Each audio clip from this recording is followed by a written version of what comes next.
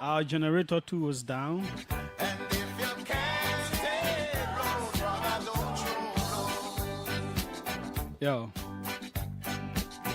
Said if you live But good news coming. south, don't. Yeah, before this week ends, we have very good news. You know that generator been suffering us for a very long time, but I'm hearing good news. To run radio station ain't easy. The money business is not easy to get the kind of equipment that you need. Like to try something. So people say I can enjoy the people who support the government. They say, but OKFN doesn't have standby generator. You get standby generator. You get standby generator. You get standby generator. I laugh. And if you live in a glass house, I beg you don't throw stones. Well, share the video. Invite others to join in at 4 o'clock. We have called in our friends. We told you this year we do all kinds of different things. We're not just they politics. No, we want to talk. And so in printing of the there's no way to pass that stage.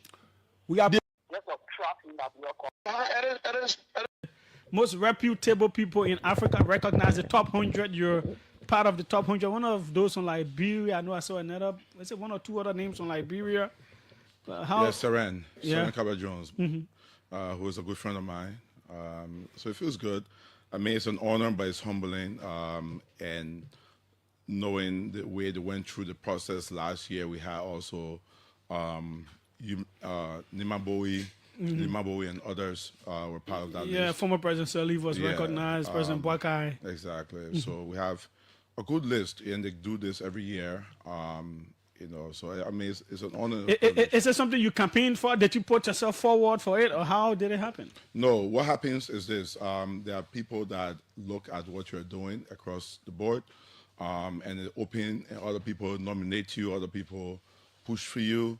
I always say it's about people in the room, right? It's about networks, people in the room. So do you have somebody in the room sometimes that's advocating for you, even for jobs, right? In Liberia, when this president took over, people were in the room advocating for people, right? To say this person is doing a good job or this person will do a good job. So those are some of the ways that they do that, and have a vetting committee that they put together, a very thorough vetting committee that goes through the list and make some decisions and then remove people and then bring some people over. Yeah. Okay. Now, before we go into the reasons why I call you here, we have to run. You've been fiery, There was even some little bit of back and forth between you and Kanyo and all of that. What is behind all of this? So me, I'm Julius. I'm not this personal person. I focus on my work.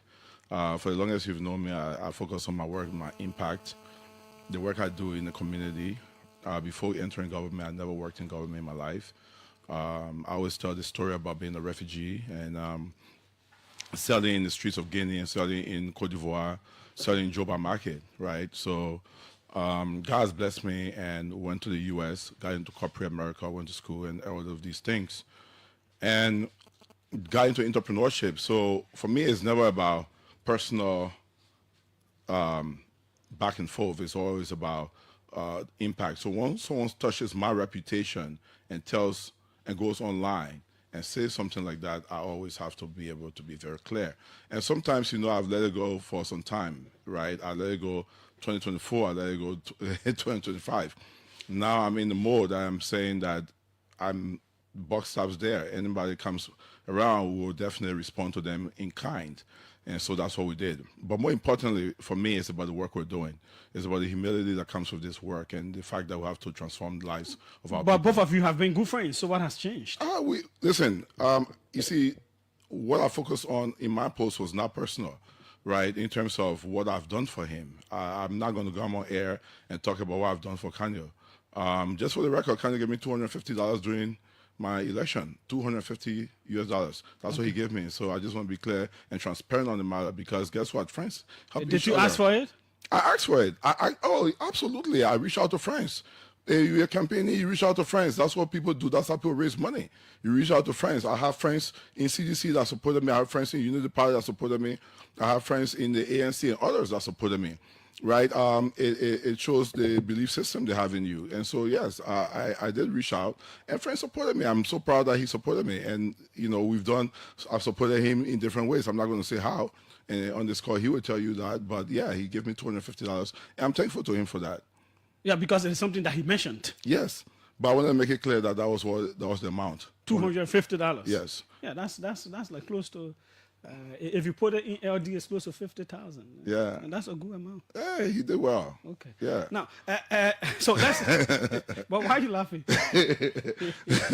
Why are you laughing? No, because you laughed, so I laughed because I have to put it in LD to also make you know that it is a good amount. Yeah. Now you always come up with these 10 inconvenient truths. What is the inspiration behind it since you started it? So, Julius, most people don't know that my work I did before coming into politics was research. So I ran the largest Liberian-owned research firm in Liberia, and then we have offices in 6 countries in Africa. Most people know that, or some people know that. But the research we do is public research, right? Really, surveys in Liberia. We do Gallup surveys every year. Gallup is one of the leading survey firms in the world. We've done work for Afrobarometer, and just think about almost every major development organization.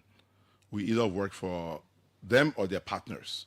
Almost every, the major ones, from the UN to UNFPA to World Bank to USAID.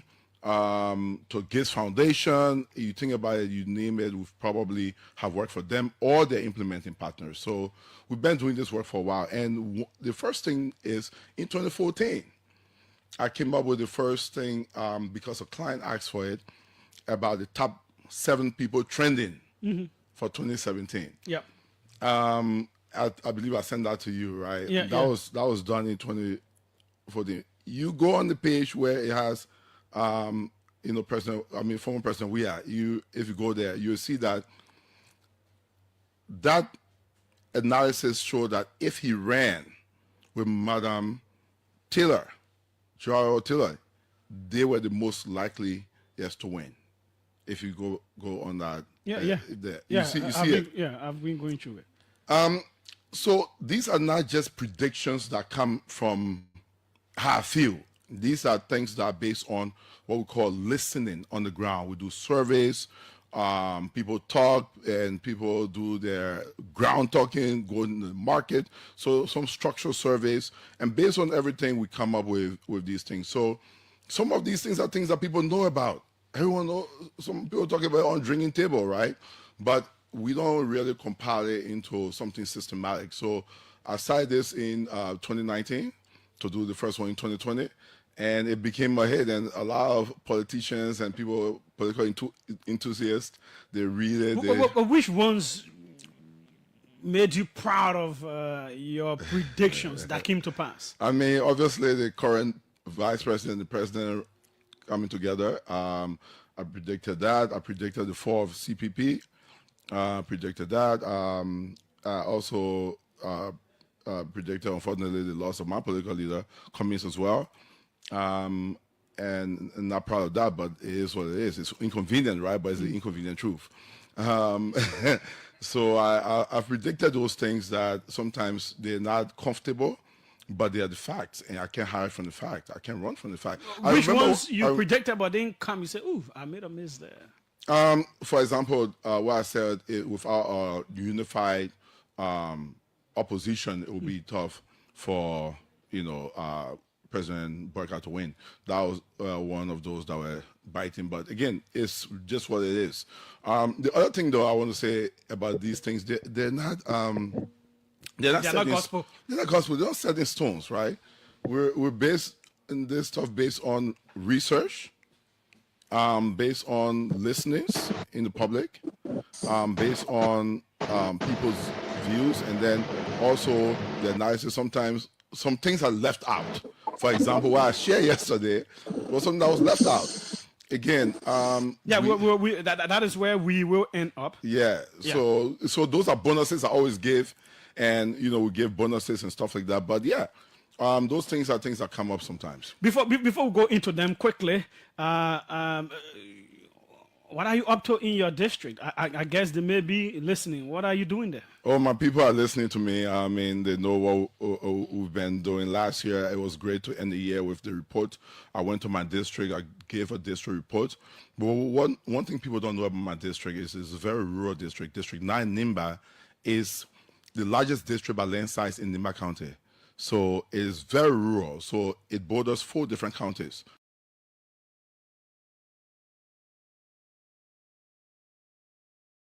That's the voice of our brother, Honorable Tai Wongwe of District Number 9, Nimba County. Welcome to the show. Welcome to the BKS Heat Hour. I got my own namesake in the back, Alvin Dowongma. He's going to be joining us here tonight as we have some discussions about Nimba County, Liberia, what he's been up to, and things like that. Welcome to the show. Again, this is the BKS TV, the Heat Hour show. We usually have all our guests here. Some of them are running a little late. They will join us here shortly. But I want to say welcome to the show. Thank you so much for following us. Now we are being relayed in Buyao. Radio BKS is relaying us, and also Voice of Tapeta, where Alvin Klein is from. So welcome to the show, my dear brother and my namesake. How are you today? Oh, I got to mute that. Hey, hello, my namesake.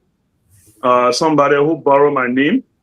Hello to the peace-loving people of Tapeta Statutory District, the peaceful people of Nimba, and then the Republic of Liberia. I want to say hello to everybody, honor our voice this hour. And I just want to say very happy new year to every one of us to see this year in good health. And also thank you to the BKS family. We've been following this platform for some time now. And I just want to be grateful for you guys for the level of work, the level of patience, and I know the level of tension as well. I want to say thank you, and you guys need to keep it up. Thank you, and that's what we want, reaching out to people who are in position, the rescue team, ruling party in opposition. We try to invite everyone on here to make this show a good one. And we also have my colleague DK. DK is in the back. He's on there too. He's going to be helping me as we go along here. But thank you to the show. BKS TV is for everyone. We've been around for a long time. Most people don't know. We have our radio station Mutuo that's been operating for a very long time, and we have this the TV version that we launched in July. So we have been growing, and it's because of our followers and everyone else that we are where we are today. But anyway, thank you for taking up your time to come on the show tonight, even though it was a short notice and you consented to it. We highly appreciate that. So DK, as we always do, we start with what's on your mind, and then from there we'll go to our guests, and then we can start our show. The man is not regular. He's not a regular guest. He's a owner. He's the man stole my name, so he's one of us too. So we're questioning, asking all the soft questions, the hard questions, and what he's been up to. DK, what's up? Nothing much. How are you? Welcome, Dongwa. How are you? So, Alvin, how is Tapeta? He left? Yeah, he disconnected. Yeah. So I think he's talking to somebody in the back there. But yeah, what's your take on the show we had last night? While we are with Alvin, what's your take on the show last night? I think the show was good. Good in the sense that there was Sensko that is not saying anything negative, or he didn't have disagreement with the vice president and other country officials. Our follower didn't have anything to say. We are Radio Kigali. So it's good. The only thing that I will keep saying that we need to do is whatever that is affecting the country will discuss it here without fear and favor.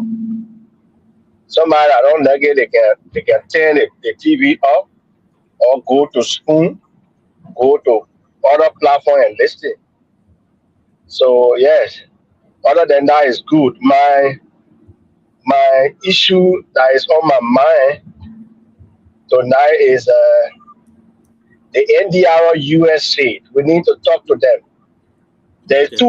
two factions of the NDR USA. So today I just thought that we can test that a bit. The NDR USA one is quote unquote head up by Bibara Kanutua. Kanutua is the head for one faction of the NDR USA. Mhm. And the other faction is headed by Professor Mai, Daniel Mai. So the NDR is fragmented. NDR as a political party is fragmented in the US. And so Mai is organizing his part of the NDR, and the one that is headed by Kanutua will be going to their national convention in June of this year in Philadelphia. So I don't know much about the malfunction of the NDR when they going to their elections. And my understanding is the chairman of NDR, Mr. Kua, was in the US recently, Mhm. and he presented letter to one of them or both of them. So that's the issue with NDR that we need to discuss. Other than that, do we have any national issue? What did Tar say Yeah. in his appearance? Yeah, what I said, we were playing it not too long ago, but then we had to stop. So the NDR thing, you're talking about the U.S. I think it stands to the NDR stuff in Liberia because as it stands, there's no, they have a little bit of, they haven't really come up to say much yet. So if they're having fragmented grouping here, I won't be surprised. But welcome back, namesake. I'm sorry. I was responding to DK when my internet cut off. Sorry. Yeah, you heard what he said, right? Yes, I heard what DK said. DK was asking me how is Tapeta, and I told DK was here. He know how Tapeta always looks. He know the people of Tapeta, they are always happy people. The people of Tapeta, they are welcoming. The people of Tapeta, they are developmental. So they are just still the same. In fact, they are growing beyond where you left them, DK. So Tapeta is moving forward. Thank you. DK, you got any further questions for him? I will not say anything. I will not respond to that one. You know why? My first set of children, they are there interpreter. They are mother from there. So my children for the 50% from Tapeta and 50% from Coming in very Booyah. cocky. So, oh really? I mean, No, I think it's from Alvin's side. Alvin, I think it's from the end. Your stuff is not well set. You can hear us, right?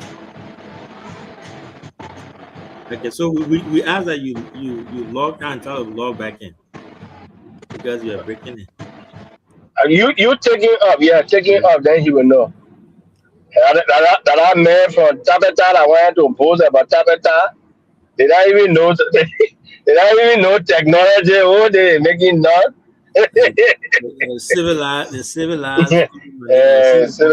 So yeah. Other than that, I can't talk how the people from Tapeta because my children has roots in Tapeta. So yeah, you spoke about what Ta said. So we have the recording here. Let me see if we can get Alvin back here and see if his internet is established. Sounds like he's having some connection issues. So let me play what Ta was saying. The thing he talked about.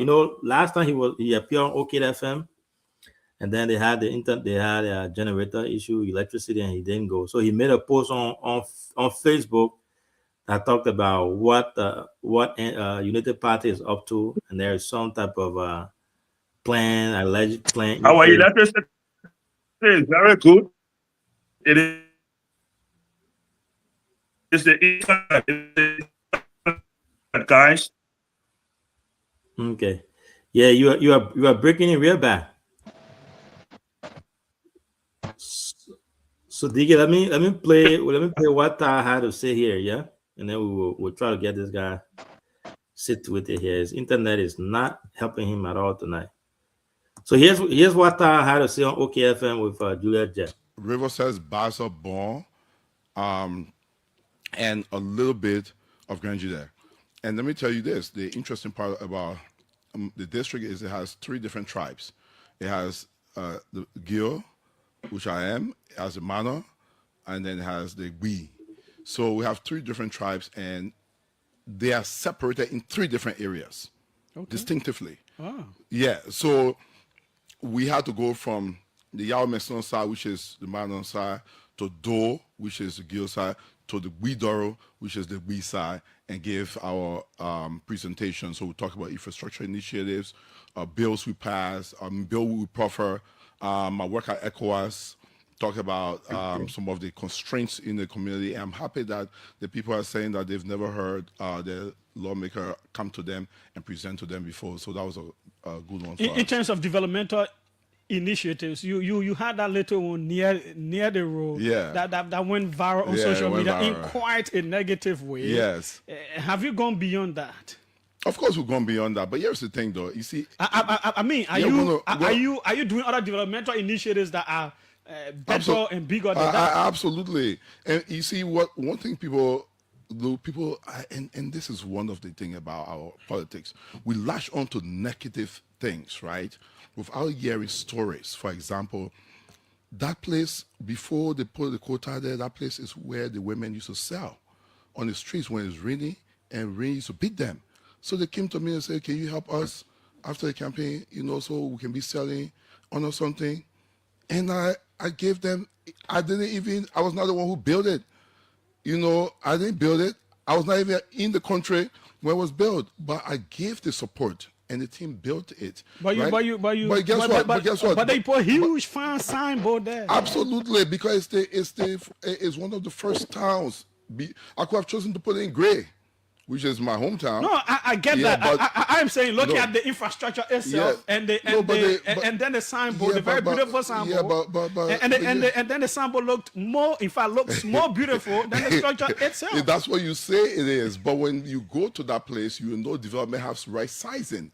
And guess what? I stand by that, right? I passed For what it. the people wanted. So the people wanted what they wanted. They got what they got. Let me tell you, we are adding things up. The other things we're doing is, for example, we're doing a school building that we're going Where? to be in Vole, for example. We're completing a clinic in Mela. We're completing a guest house in Gawi, market building Do you in have Zikepa. timelines to these projects? Yes. Because I know you're a very detailed person. Yes, we share the timelines with our constituents. They know exactly when projects will be coming, when projects will be starting. Last year, I took over $25,000 worth of building materials there towards the end of the year, so those will be able to complete those projects, and we're excited that this year we'll be dedicating them. I saw you and Musa Ability on some road thing. Then the next week you were meeting with the president.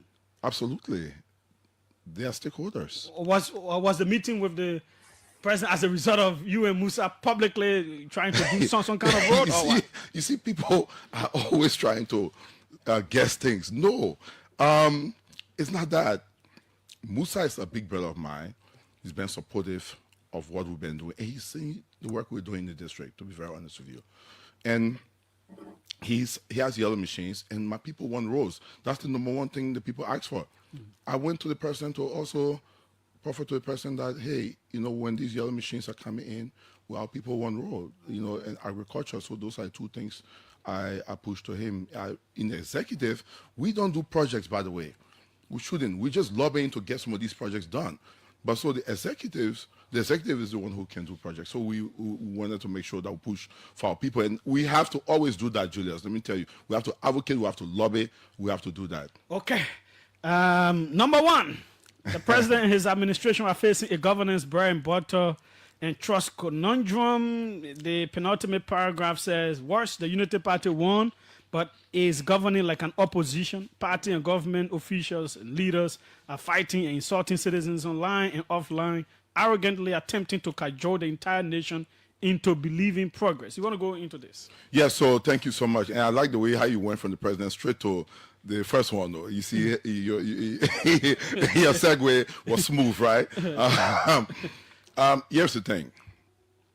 As I said, if you read the first line, no one can doubt there are indicators that are changing, right? We see rice prices down.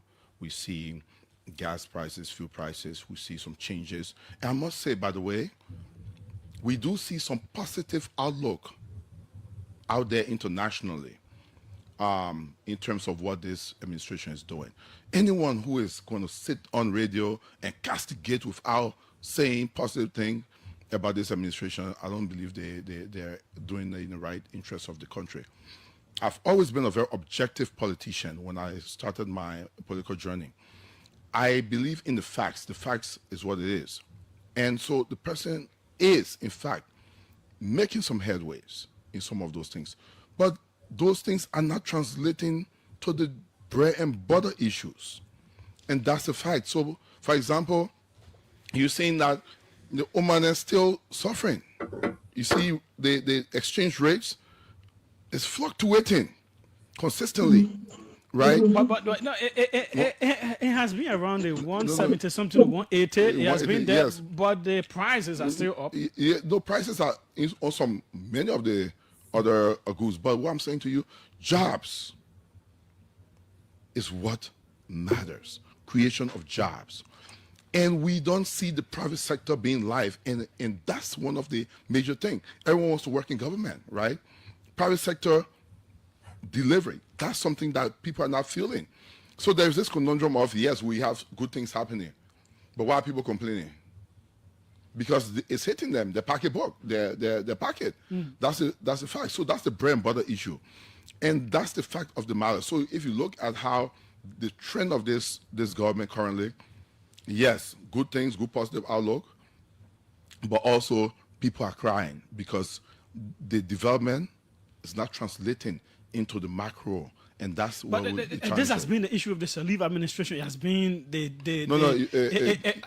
I mean, in terms of the critique. Let's talk about. It has been a critique of the CDC. Is the same critique that still goes on? No, if you look at, you can't do that with Madam Sirleaf.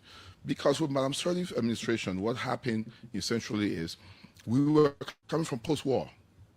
And the budget at the time was 80 million, if I'm not mistaken. And then we pushed up from 80 million to about 500 something million. Okay? That's a huge feat. In the country during that time, you had decentralization starting. Okay? You had also a lot of NGOs in this country. You have Omelia, the same level of impact of work. These are different times. And she still had a shock with Ebola.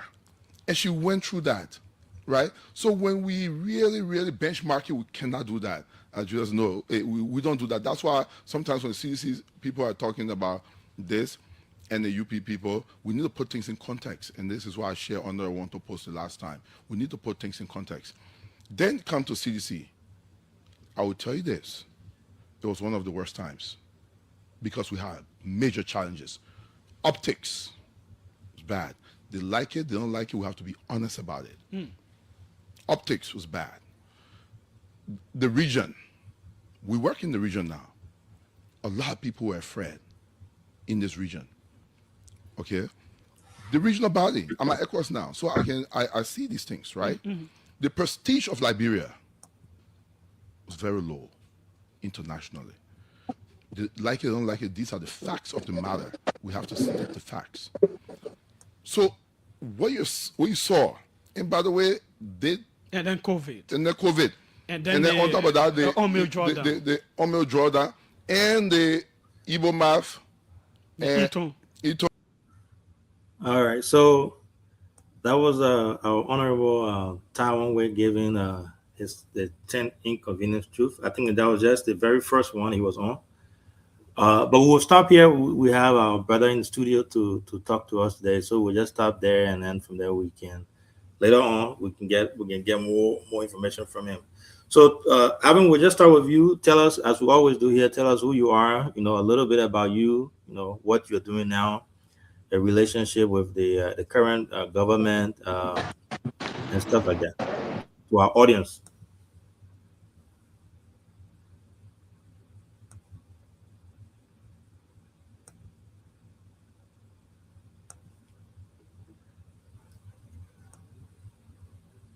Telephone was muted. Can you hear me? Let's see. Yeah, there you go. We can hear you now, Alvin. You heard me, right? Okay, yes, I hear you now. Thank you very much. Go ahead. So, my name is Alvin Dawapang. I'm here from Nima. And by profession, I'm an accountant. And by life, I'm a politician. Because every human being have the political side of them. So that is something we were born with.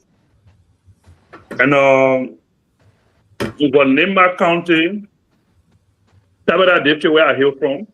I started my politicking when I was in school. In high school, I served as student council leader in the United Methodist High School in Tapeta. And I graduated from there, came to Monrovia 2004, entered the University of Liberia 2008. And at the university again, I was doing accounting and I was practicing politics. And I went at the level of serving as the head of the Tapeta District University Student Association. And I led that institution for 2 years before I could graduate in 2012. And then when I graduated in 2012, what I learned in high school and in university, I took it to the larger community, took it to the veteran community. We established the Tapeta Veterans. This the internet and network for tonight is really bad for him. He keeps going off and on. It's not really helping. So, yeah, I don't know. I mean, a fake politician. I like politician. I get internet.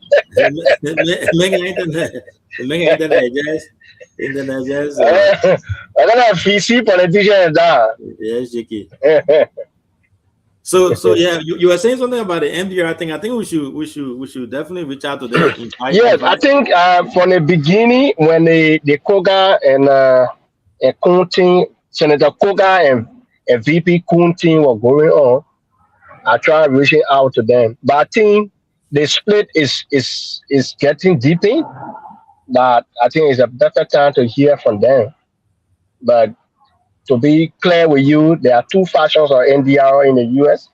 What do you think they cause? What do you think they cause? Are they siding? Does it have anything to do with the senator and the VP grouping, or it's just our U.S. So the entire NDR thing have been about Senator Johnson.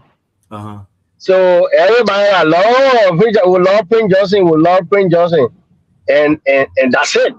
So he, in the midst of the love that people had for him, he didn't have good structures on ground. Everybody was just gravitating towards him. So when he passed, there's no solid structures on ground to say, oh, this way. So everybody that pay allegiance to him are all on the other side. But the NDR structure on ground, is that something solid?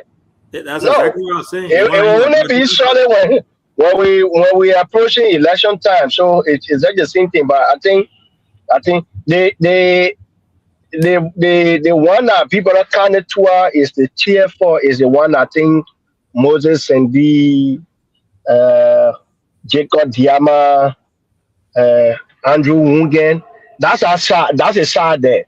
The one that Professor Ma is heading.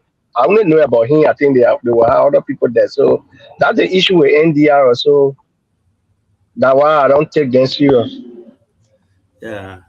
I think for me, I don't want to accuse anyone, but I think it goes back to Liberia, because if the Liberia branch or the foundation in Liberia is solid, where you have, the political leader after PYJ passed, or no conflict, and everything is on course, I think it would have been easy to manage the ones that are here.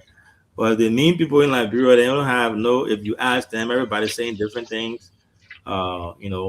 This person is the head. He's with a different party and all that. It becomes problem. So till they can settle things in Liberia, I don't think the one in US, they will cause them all day, every day. They'll not fix it. So Yeah. I think they have to fix it from home first. After they fix it from home, before they come here to complete that. So yeah, let me play that stuff and see if we can complete that. Yeah, so Ta stuff. Mhm. I know the place I wanted him to go was the comparison for the one he had with normally the one with Kun. Ta is a very good brother, but here's my issue with Ta. I wanted you to play that before we get there, but here's my issue with Ta. All the Ta political analysis of late Mhm. are all 40, 0. In the 2023 elections, Star did a video. Star did a live video somewhere in Gray, somewhere the capital road there, and said because the turnout in the rural elections was low, so United Party was going to lose. At the time, Star was looking in the direction of CDC. So Star said the turnout in Nima that gave huge vote to United Party is low. And his analysis was people had trucked people to Nima, so Nima turnout is low. People didn't truck people to the southeast, so CDC will win southeast. That was a fallacy. In fact, the election result proved that wrong. So when the time came from that he knew that the whole Southeast people didn't truck there. Only Nima people truck. And sometimes I'm like, when Todd can be taking an analysis for and Todd was clear, and this thing was something I did a live video on. And so the election result proving wrong. So Todd was just intellectualizing without any data. And all his analysis always fail. In a meeting, the by election between the Bros and the Koga, Todd did similar analysis. And he still failed. He did So something. I don't think He did something that came to pass. Though the one about the VP aligning with the current president, that came to pass. no, but that one was that he took speculation. That was something that was in the news. That the father was doing the info Senator Johnson when you were alive. He did a press conference on that. So is that time analysis? Is that time? So I will look for a time that time we build the storm, come here, we analyze all the past analysis on the issue, and really say that is actually wrong on most of the things that he can be saying. Yeah. So he plan on coming back. He plan on coming on the show soon. I've been working with him. Hopefully he will come in and break that down for you. But let me play some of the stuff towards the end and let's listen to him.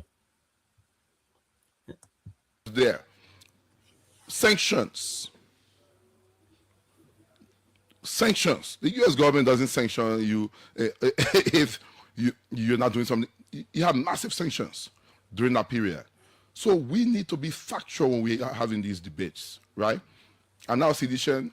I'm now a United Party partisan. Where it is, I'll say it. Even my own party, I always point out these things, and sometimes people say, but Uta, why are you doing this? It's because it's a fact, right? Sometimes, again, that's what makes me Aquarius as well, January born. But you have to know this. And here's the thing, the other thing I want to point out, people is not translating to people. The other thing is this, they're online trying to cajole the whole country. Yeah, we're doing. You whole day online showing new days. Oh, there's light year, this one, that one. People, those things you can cajole people into feeling the pinch in the pocket. People are still feeling the pinch, Julia. So we need to be able to. They could say time. They need time to Fair. kind of solve those issues. Fair. But it doesn't excuse the fact that that's how people are feeling. Number two. And the last one is the unanswered question with that FOIA, no he, no te behind it. Let's be honest. The president said he know about it. You're the president in your hometown. You say you know about something. And there are different For God's explanations sake, coming up. different explanation. People defending, people creating stories. It's an embarrassment. Let's be honest about it. It's an embarrassment. There is no way possible you will have that type of structure, superstructure in your hometown, and you don't know about it.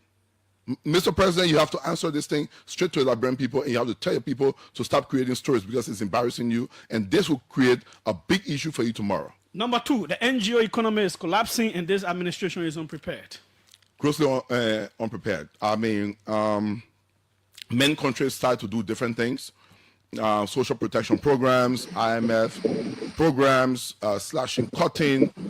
For example, right, we saw that, Javier, I see you're back there. You got your network stabilized now. You can hear us? I think we better now.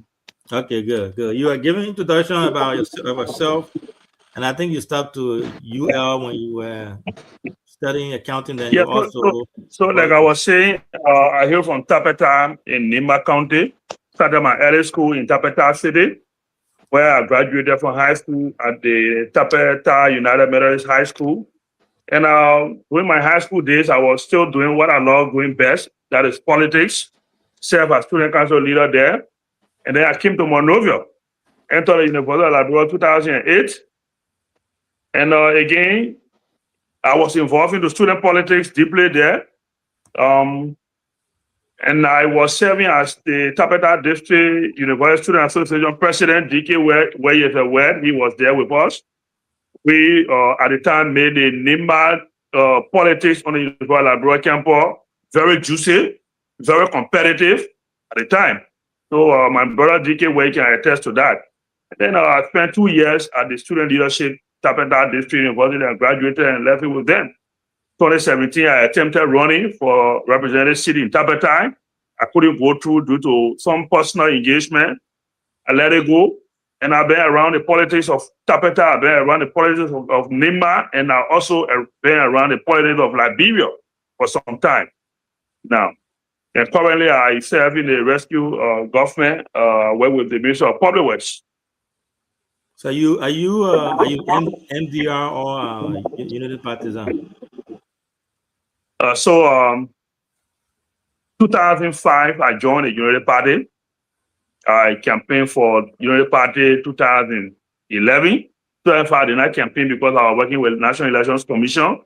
2011, I campaigned. 2017, I campaigned. I served as campaign spokesperson for the United Party in Tapeta District. And then 2023, I served as the campaign chairperson for the Tapeta Statutory District. And we keep moving on. So you are a United Partisan then, right? Oh, yeah.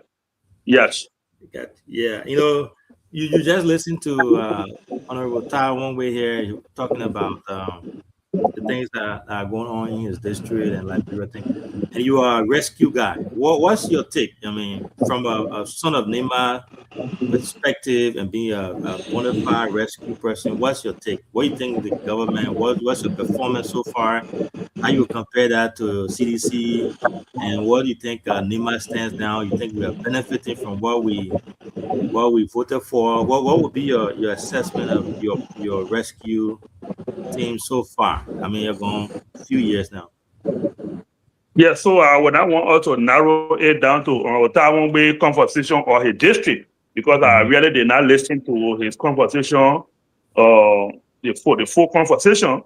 But I know that the rescue government started on a very right trajectory. The rescue government started on a very, very clean footing, and that is development. You know, we are from the interior part of Liberia. We work closely along with our people who are not in the urban city in Monrovia. So our people over there, the only thing they can benefit from government is development. Our people in the interior, they don't care about your government job. What they care about is to give them rule, to give them the basic social services, to give them the opportunity that when they plant their pepper and bitter ball, they can bring it to Monrovia or take it anywhere and it will be bought easily. What they care about is there should be stabilization in price. What they care about is their basic need, rice, gasoline, it should be available, and it also should be affordable. That is their major concern. And when you do that for them, you have done well. And let me take you back way to Tapeta. Tapeta is the last district boundary Nima and Grand Juliet. Tapeta also boundary Nima and Riverses. So Tapeta is considered the last district bordering 2 different counties. But I can tell you for free, if you go to Tapeta today, you put a microphone to any little child that is mature, at least 10 years above, they will tell you that the government is doing well because they are seeing for themselves what government can do. They are seeing for themselves. They're getting to realize that when you have a government, that government can impact the citizens. And I mean, those things were not happening. They were not happening. In Tapeta, the only time we saw government intervention after the war was the building of Jackson Fiado Hospital. And the people of Tapeta were very much grateful to Madame Sally when she built that hospital. And they are still grateful to her because that hospital is still serving the community. No longer we told our pregnant women, we carry them to Ganta. No more we take them to Monrovia. Everything is being done in Tapeta. So the people of Tapeta, for them to see government intervention, it was during the regime of Madame Sally, that was the Jackson Fiado Hospital. After Madame Sally, 12 years, the 6 years of the CDC government, the people of Tapeta suffer. If I say suffer, I mean real suffering. The hospital that was built by Madame Sally, that was well funded, that people will go there and get drugs and get medication, that hospital turned into a death trap. Where you go there, my brother, paracetamol, you cannot find it on the ground. In the last 6 years of our brothers in the CDC regime, we could not get that. Basic social services, it was lacking in Tapeta district. Road, there were no road. When you were in Tapeta as a business person, you will buy your goods in February and March and April, latest April, and stock it in Tapeta. And when it finished, no buying, no moving, no nothing until after the rainy season. No move. And when you put it on motorbike, you get a very high cost. So our people suffer in that 6 years. Alvin, can I ask you a question? Alvin, hold on, Alvin. I was still on my intro. Hold on now. They played another church to say when the choir finish. Go ahead, DJ Way. Alvin, in 2020, did you support a candidate in the Nima by-elections? Oh, yes. In 2020, who was it? Who was the candidate? In 2020, I served as the chairman, the chairperson for the Lower Nima leg-managed citizens. And the leg-managed citizens of Lower Nima at the time, our mission was to align with Nima County. We felt that we were leaving behind a lot of things that were happening in the county because we were not closer to the power that be. Who did you support in the 2020 senatorial election in Nima? I supported the current Vice President, Honorable Jeremiah Kpankun. with Did the my team CDC called supported? Did the CDC supported? Did the CDC supported the vice president, the current vice president, a senator? Oroway, that question is very good. When I went to support Jeremiah Pankun, I was not asking him who all were supporting him. I was focused on my district, and let you know, my district, Tapeta, Statutory District, is normally not a CDC district. So we were not looking at CDC, we were not looking at anything, we were looking at my question to you, Alvin. You supported the vice president, the current vice president as senator. When you supported the current vice president as senator, when you went to supporting in Tapeta, the hospital was empty. But the person you supported was in there with the CDC. What was your request to him before your support? Thank you very much. So the first thing we put before Honorable Jeremiah Pankun at the time he was representative was the people at Tapeta want to support you. But right now, the only thing we see in Tapeta as a light is a hospital. The people who are working at the hospital, they are looting our hospital. The people come there. Imagine all of the equipment that were brought there by the Madaseli regime. All the equipments were looted. There were a lot of demonstrations in Tapeta. I can personally tell you, airplane came in Tapeta to carry the MRA machine. We chased after that airplane, and that machine was not able to leave the Tapeta hospital today. It was because of that today you see that Nando was leaving Tapeta when he was being trained by the people of Tapeta money, when he was being trained by Jackson Fiado, sent him abroad to train him, bring him back to work to the hospital. When he came, he said it was in the interior. Besides that, all of the material were already looted. So the last one, he wanted to carry it to JFK and go work there. We said no. We protested against that at the time, and that machine remained there, and he left. So that hospital, we told the representative at the time, we can support you to become senator. But when we support you, we want you to bring a competent leadership here that will maintain this hospital, that will make sure that our parents, when they are sick, they go to the hospital to get medication. That will make sure that all of our machines, our equipment that are here, will not leave from here to go to other hospitals. And he gave us his word at the time. And that's why we supported him. And when he won, he lived up to that promise. He lived up to that promise by making sure, lobbying with the CDC government at the time to make sure that a son of Tapeta gets employed as the administrator of that hospital so that he will be able to help maintain or retain most of those materials that have been taken away from the hospital. He also went ahead and made sure that a son of Nima was being brought in a hospital as a CEO that Oponi Dolo, and he and the Benito Structure at the time came there. That was 2021, 2022 to 2023. And you, DK Way, you know very well, and I know, the CDC government, the way they ran their government, the hospitals were not fully equipped. Hospital was not fully funded under that government. In fact, government institutions all over this country broke down under that regime. So those who were there at the time, in a short range, they suffer. They did what they're supposed to do, but the best was not the best for us because we could not get the basic social services. And because of that, our people decided to wipe away the CDC regime, and that's what we did in 2023. Yeah, and in short, I ask you the question for us to make the conversation very smooth and sync well. I ask about the take on the rescue government, your analysis, comparison. And I was answering that. I said the rescue government is on path.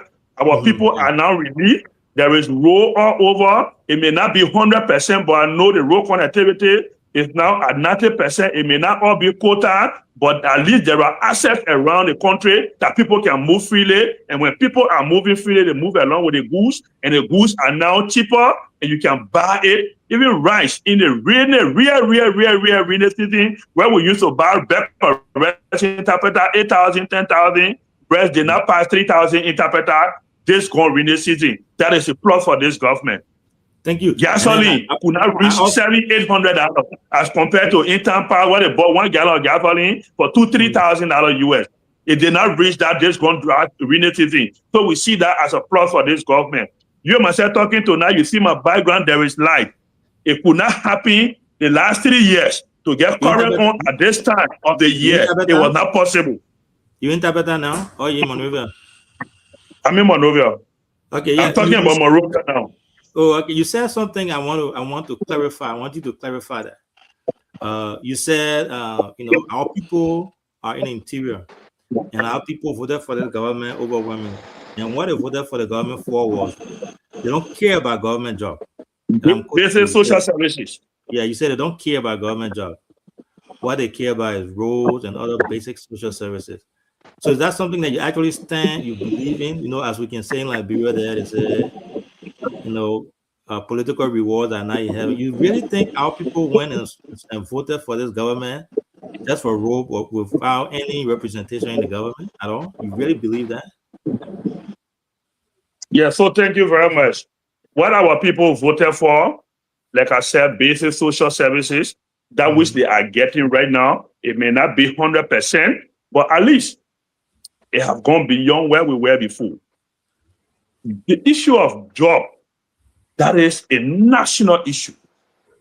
And I was just keeping myself to our people in the interior. Our people in the interior, how many of them want government job? The people, what they want is they must get good road. When they planting cassava or bitter ball, Edo, it must come in Monrovia. You must sell it and give them money. And when they get that money, there should be value for money. They must get goods and they should buy it at an affordable price, like their rice. Their rice price should be affordable and the rice should always be available. That is one of the things this government is concentrating on. Gasoline should be available, rice should be available, and the road should be pliable so that our people be free to do their business. Those who want government job, they hunt for it. And those who want government job, they are getting it. It may not be satisfactory as per what they want, or the position they want, or the amount of money they want to make, but people are getting job. Oh, yes. Thank you. Thank you so much. So this is my brother, the man that stole my name. We myself, we didn't quote about the whole name business. Who got the name first? Dawon Kwan from Tapeta. He's our guest tonight. And we're just discussing, we're having conversation about Nema County, Liberia. He's a UPist. He's a UP guy and a diehard supporter of the rescue team. So he's here to answer our question. We want to say thank you so much for coming today, Dawon. We look forward to having a really good conversation here.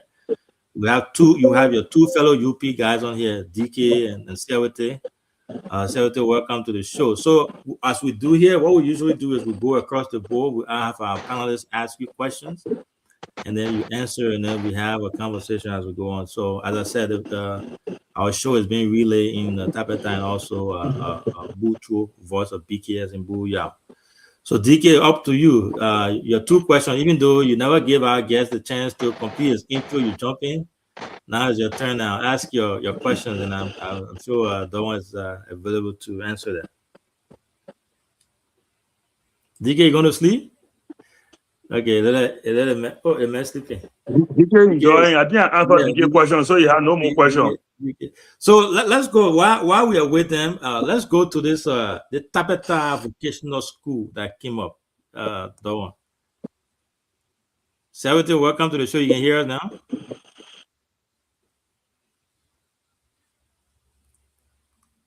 The American man. Okay. So, but anyway, so Dawon, tell us a little bit about that school. Nisha, the Tapeta Technical Vocational Training Institute is a dream come true. Okay. The people of Lower Nema have been yearning for this for years. We have made a lot of efforts on our own. It can work. Lobby with people outside there. The Cali institution, we lobby with them. The Brussian Devra, it could not go through. So we've been striving for something like this for years. My brother, in Tapeta district, let's just narrow it to just district. District C have 5 high schools. And the 5 high schools, they produce over 200 graduates every year. Go to the Nema University, go to other universities in Liberia, and look at the percentage of those who graduate as compared to those who enroll in a federal university. It's very less because migration is a problem. that we all know. Out of 50 students who will graduate in a particular year, you will see not more than 20 of them will get an opportunity to leave Tapeta to go outside and go to school to advance themselves. Because the issue of migration, when you leave Tapeta and go to Saninkole, who do you live with? How do you start your life? You leave and go to TU in Maryland. How do you start? You go to Monrovia. Where will you start from? It has been a barrier for our people. So this particular vocational school is a dream come true. It's a new day for the people of Tapeta Territory District. It's a new day for the Lower Nima people because this is going to be the hub of education for the entire Lower Nima. And not only Lower Nima, the entire county and people outside of the county. Because we, the Tapeta people, my brother, we are noted for this. Yeah, people joke or say we are civilized people, we are this, but we take into something. Now you can see it, and now you can see it. But we are the civilized Nima, and you know that. The conquered Nima people, we are the one. So when we take into things, we put our all into it.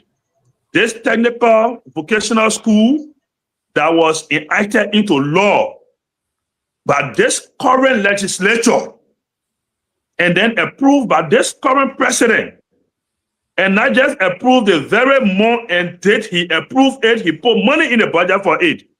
Our people are so grateful for it, and they will remember this government for it. So let me hold you there. Al. So you're saying that there's a budget line. You are not giving me chance. Why are you giving the man some question for? Man, we asked you are not here. You no, Rana G, the CNC man was calling. So you know when we bring UP people here, we had to bring opposition person here too. So that was the issue. Yeah, no, but we have a conversation. We're going by topic by topic. So we'll get to the political part. But when you call my name, I can't ask my question. Oh man. Because I'm having the guest name having. I'm the host. I decide what we do. I determine what we do. So okay, I submit. See everything. Not talking for me there. What I want to ask you. So okay, we're talking about the budget. So can you clarify? Can you confirm that this there's a budget line specifically for this this school in the budget? Yes, I can confirm that to you. There's a budget line for this school, or that is in this current budget, this 2026 budget. And my brother, we're going to keep the ground running, not rolling, but running. Do you know how much? Because we've been hungry for this thing for a very long time. We've been very, very, very, very hungry. The budget you asked for, how much is on the budget for this year? Mm-hmm. What we know, information is available to us in terms of the finances. My niece said we're not going to disclose everything on this medium. When we do that, the jealousy will be too much. We will not be able to force ahead with what we're doing. I can tell you on this video that there is budget on this 2026 budget line that was lobbied for by our able representative and the senator of Nima, Senator Yan Ditoyen, who co-sponsored this bill. They lobbied, and there is a budget line for this identical school. And the people of Tapeta also have lobbied, and they are lobbying. As I speak to you, there is money outside of government that we're willing to pump into this school as well. Let me hold you there. That would be disservice to our audience, to our people. Budget, as you know now, is a public information now. You can't say there's a budget line for it, and then you say you can't call the name because it'll be jealousy applied. So are you saying that we are not seeing it? Because if you say it's on the budget. CEO. Yes, sir. From GOL 2026 budget, and from the Tapeta people own lobbyistic power, this school have a little around 300,000 to start. Thank you. That's all I needed. Thank you. And that is why we're going to keep. And that is why we're going to keep the ground running in the next 3 months. In the next 6 months, my brother, take your microphone to Tapeta. Don't bring it to Avignon. Take it to the ordinary citizens. You will see people will start enrolling in this identical school. Thank you. Thank you so much. Thank you so much. So I have asked my question. You know, we have other panelists on here. Again, welcome to the show. CDC Amon Brooks, my own thesis, Lorena. So you guys are welcome to the show tonight. We are hosting our brother Dawon Kwan. He's in conversation with us here about everything: Nima County, CDC, UP. He's a politician. He's an accountant by profession. So he's willing to accept to take any questions. It just has to be, structured in a way that is professional. So DK, up to you now. You can ask your question. You guys were not here, so that's why I raised my question about the school. So up to you. 2 questions for our guests. Thank you so much, CEO. No, not you. I said DK. Oh, okay. So I wanted you to go to Siawete, but before Siawete, I wanted to ask a question.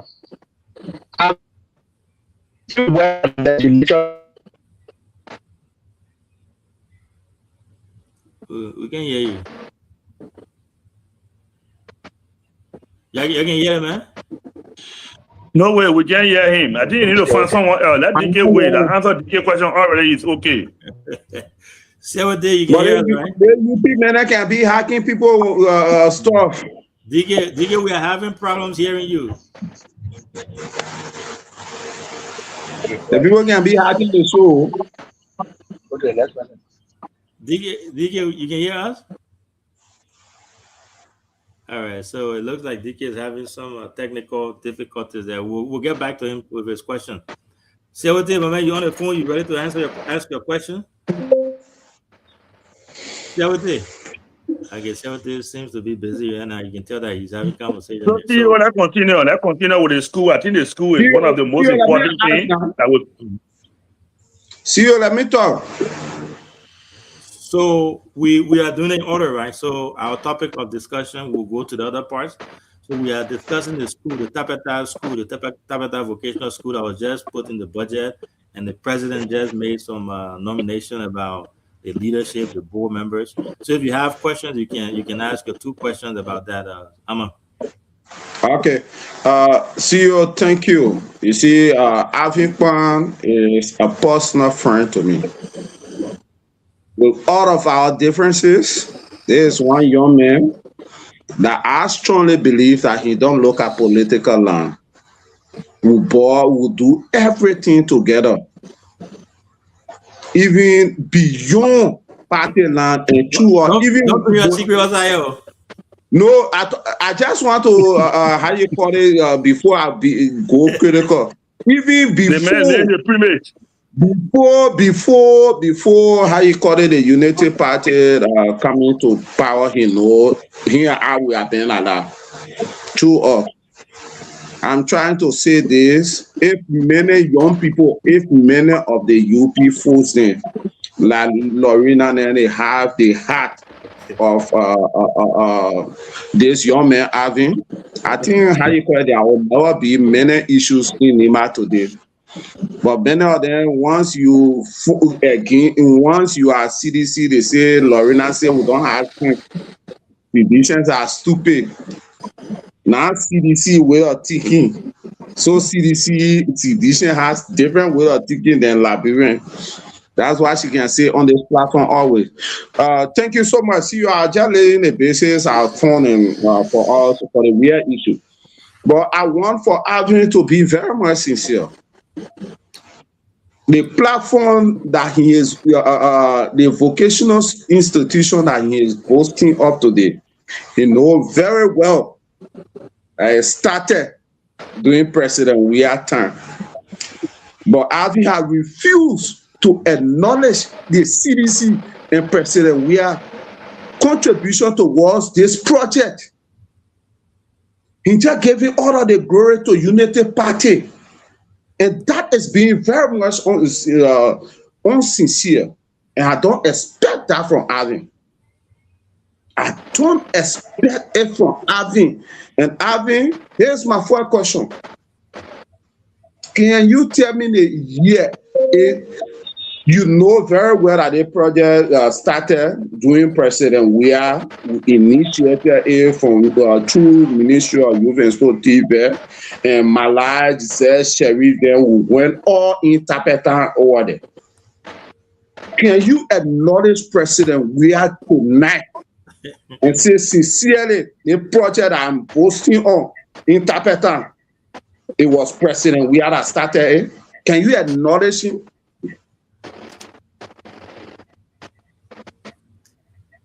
Alvin, you here, man?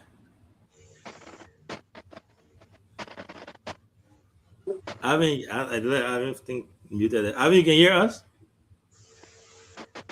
The men hear us. So Yeah, so he was breaking through, but I think I understand exactly where he's coming from. So I think I respond to it. yeah, I can No, summarize it. if I'm breaking through, let me come in again. Let me come in again. But don't make it long now. I'm Don't asking make it you. long now. No. Come on. I understand where you come from. I think I can answer it. I ask you a simple question. Can you acknowledge that President Weah that started this project that you are boasting about interpreter today? So I want to answer you quickly. Yeah. My dear brother and friend, Amma Bros, good evening again. You know the CDC people, they like to claim project. Even when somebody died, they can say that person when they were living, I didn't want to get them food to eat, so the way they die, I didn't want to cost. CDC will claim everything they want to claim. CEO, this particular bill we're discussing that was just passed, it started 2022. So 2020, sorry, our lawmaker, Dawantuan Grikia, put up this bill in 2020. But because of the lack of political will and support to this bill, one man cannot pass a bill. You need a lobby with your colleagues to agree with you for this bill to be passed. And before the bill passed, you must also have the knowledge, you must have the power to lobby to get finances for this bill. There were a lot of bills that were passed in CDC regime today. They say lying down. There is nothing have been done about it. So our Green Guy started this initiative 2020. He was struggling with this bill. He was money and doing every other thing. And that bill was in a lower house. As God could have it, it passed from the lower house to the Senate. But the Senate could not pick it up because nobody cared, no money to pass the bill. When you pass the bill, where you get money from to even build the institution, to finance it and do all the things. So people never had time for it. And the representative was struggling to get someone to help him talk to the president at the time to pass this bill. We got into election time. We, the people of Tapeta Sideway District, said this lawmaker has one good bill that he talked about. That is the Tapeta Vocational Training Institute. We think this when it happened, the 12 years, the 14 years, we will not care about it because this will cover all of that time. So when this government came into being, this responsible government who listened to the people, who care for the people came into being, they realized that Nima County is so big. The college we have in Nima cannot absorb everybody. Besides that, the land mass is so huge that people went from Bidoru, people from Pabli, to get them to Sani Kole is a difficult thing. So this government, the Senate, decided through the lobbyistic power of our representative, thinking with Senator Nyatuanye, talk to the Senate, and they pick up this bill from the Senate, from the lower house, took it to the Senate, and pass it. Passing it, they did not stop there. Pass the bill, lobby with the executive, making sure that money appear in the budget to start supporting this identical law that have been passed, that there should be a school interpreter called the Tapeta Technical Vocational Institute, should be interpreter, money appear in the budget right away for this school. So my brother, for the CDC, yes, the activities, the bill was initiated by Orogrika in 2020 during the CDC regime, but the CDC regime had no interest in the people of Lower Nima interpreter. They feel that nobody there should go to school, nobody there deserves to go to school. So they never pay attention to this bill until this government, when we voted for this government, they saw the need, the cries of the people of Lower Nima. They made sure that this vocational institute was passing the law, not just passing a particular paper, but put money there into it. So all credit goes to this government. Yes, it was initiated during the CDC regime, and the person who initiated it, the credit goes to him. That is our representative. If the CDC has passed this bill and put money in the budget and build a school interpreter, we're going to tell them thank you. CDC did not do it.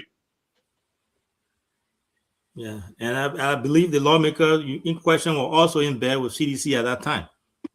And being in bed with CDC is one thing, and CDC agreeing as a party, as a government to do a particular thing was another thing. People will be in bed. Lawmakers will be in bed with certain government because they want development to go to their area. Which of the government will want to carry development to opposition? Meaning in Africa, except this government, I don't see opposition. They work everywhere, whether you are sedition, you are CMC, you are whatsoever, they bring development to the people as compared to the CDC government. CDC government, whether you CDC man, you're not CDC man, they never had time for development. What they had time for was to get our money and divide.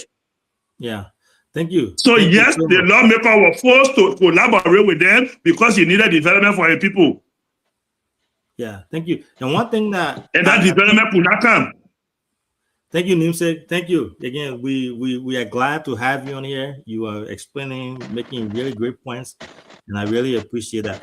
One thing that you clarified, there was some, rumors there that this school was the lawmaker's personal project, and you, with your answer, you gave clarify that it's not his public. It's a government institution. Yeah. So I don't know if you know this. Before we go to Sis Lorena and CWT President Sis Lorena, I don't know if you know this. It looks like he's also listed on there as one of the board members. Trying to look at it, the lawmaker, the representative. So let me finish now. So he's listed on there as one of the board members. What we need to know is the board members there, are they going to be getting any benefit? Are they getting any pay for sitting on the board of this school? If that's the case, I think there's some type of legal question, some type of conflict of interest when it comes to that, because this is the lawmaker that aggressively lobbied for this bill to have the school passed, and he's sitting on there as a board member. Do you have any insight on that? So thank you very much. So the issue of the bull, the lawmaker did not constitute a bull. The bull is a legal requirement that comes directly from the Ministry of Education, approved by the Commission on Higher Education. They gave you the composition of the bull. On this bull, there should be, the lawmaker should be on this bull. There should be two lawmakers.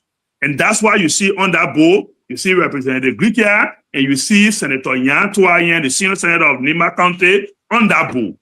On that bull, the Minister of Education said there should be a representation from the religious community. So there you will see the religious community representation.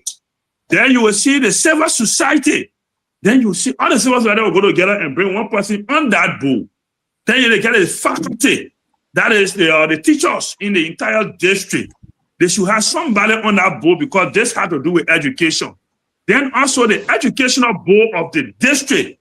And that's why you see the former senator, Madam Margaret Gonkawon, also on that board. So the board is a legal requirement. It's a structure. All you need to do is like a statutory member on the board. For example, the way you have a Minister of Mines and Energy.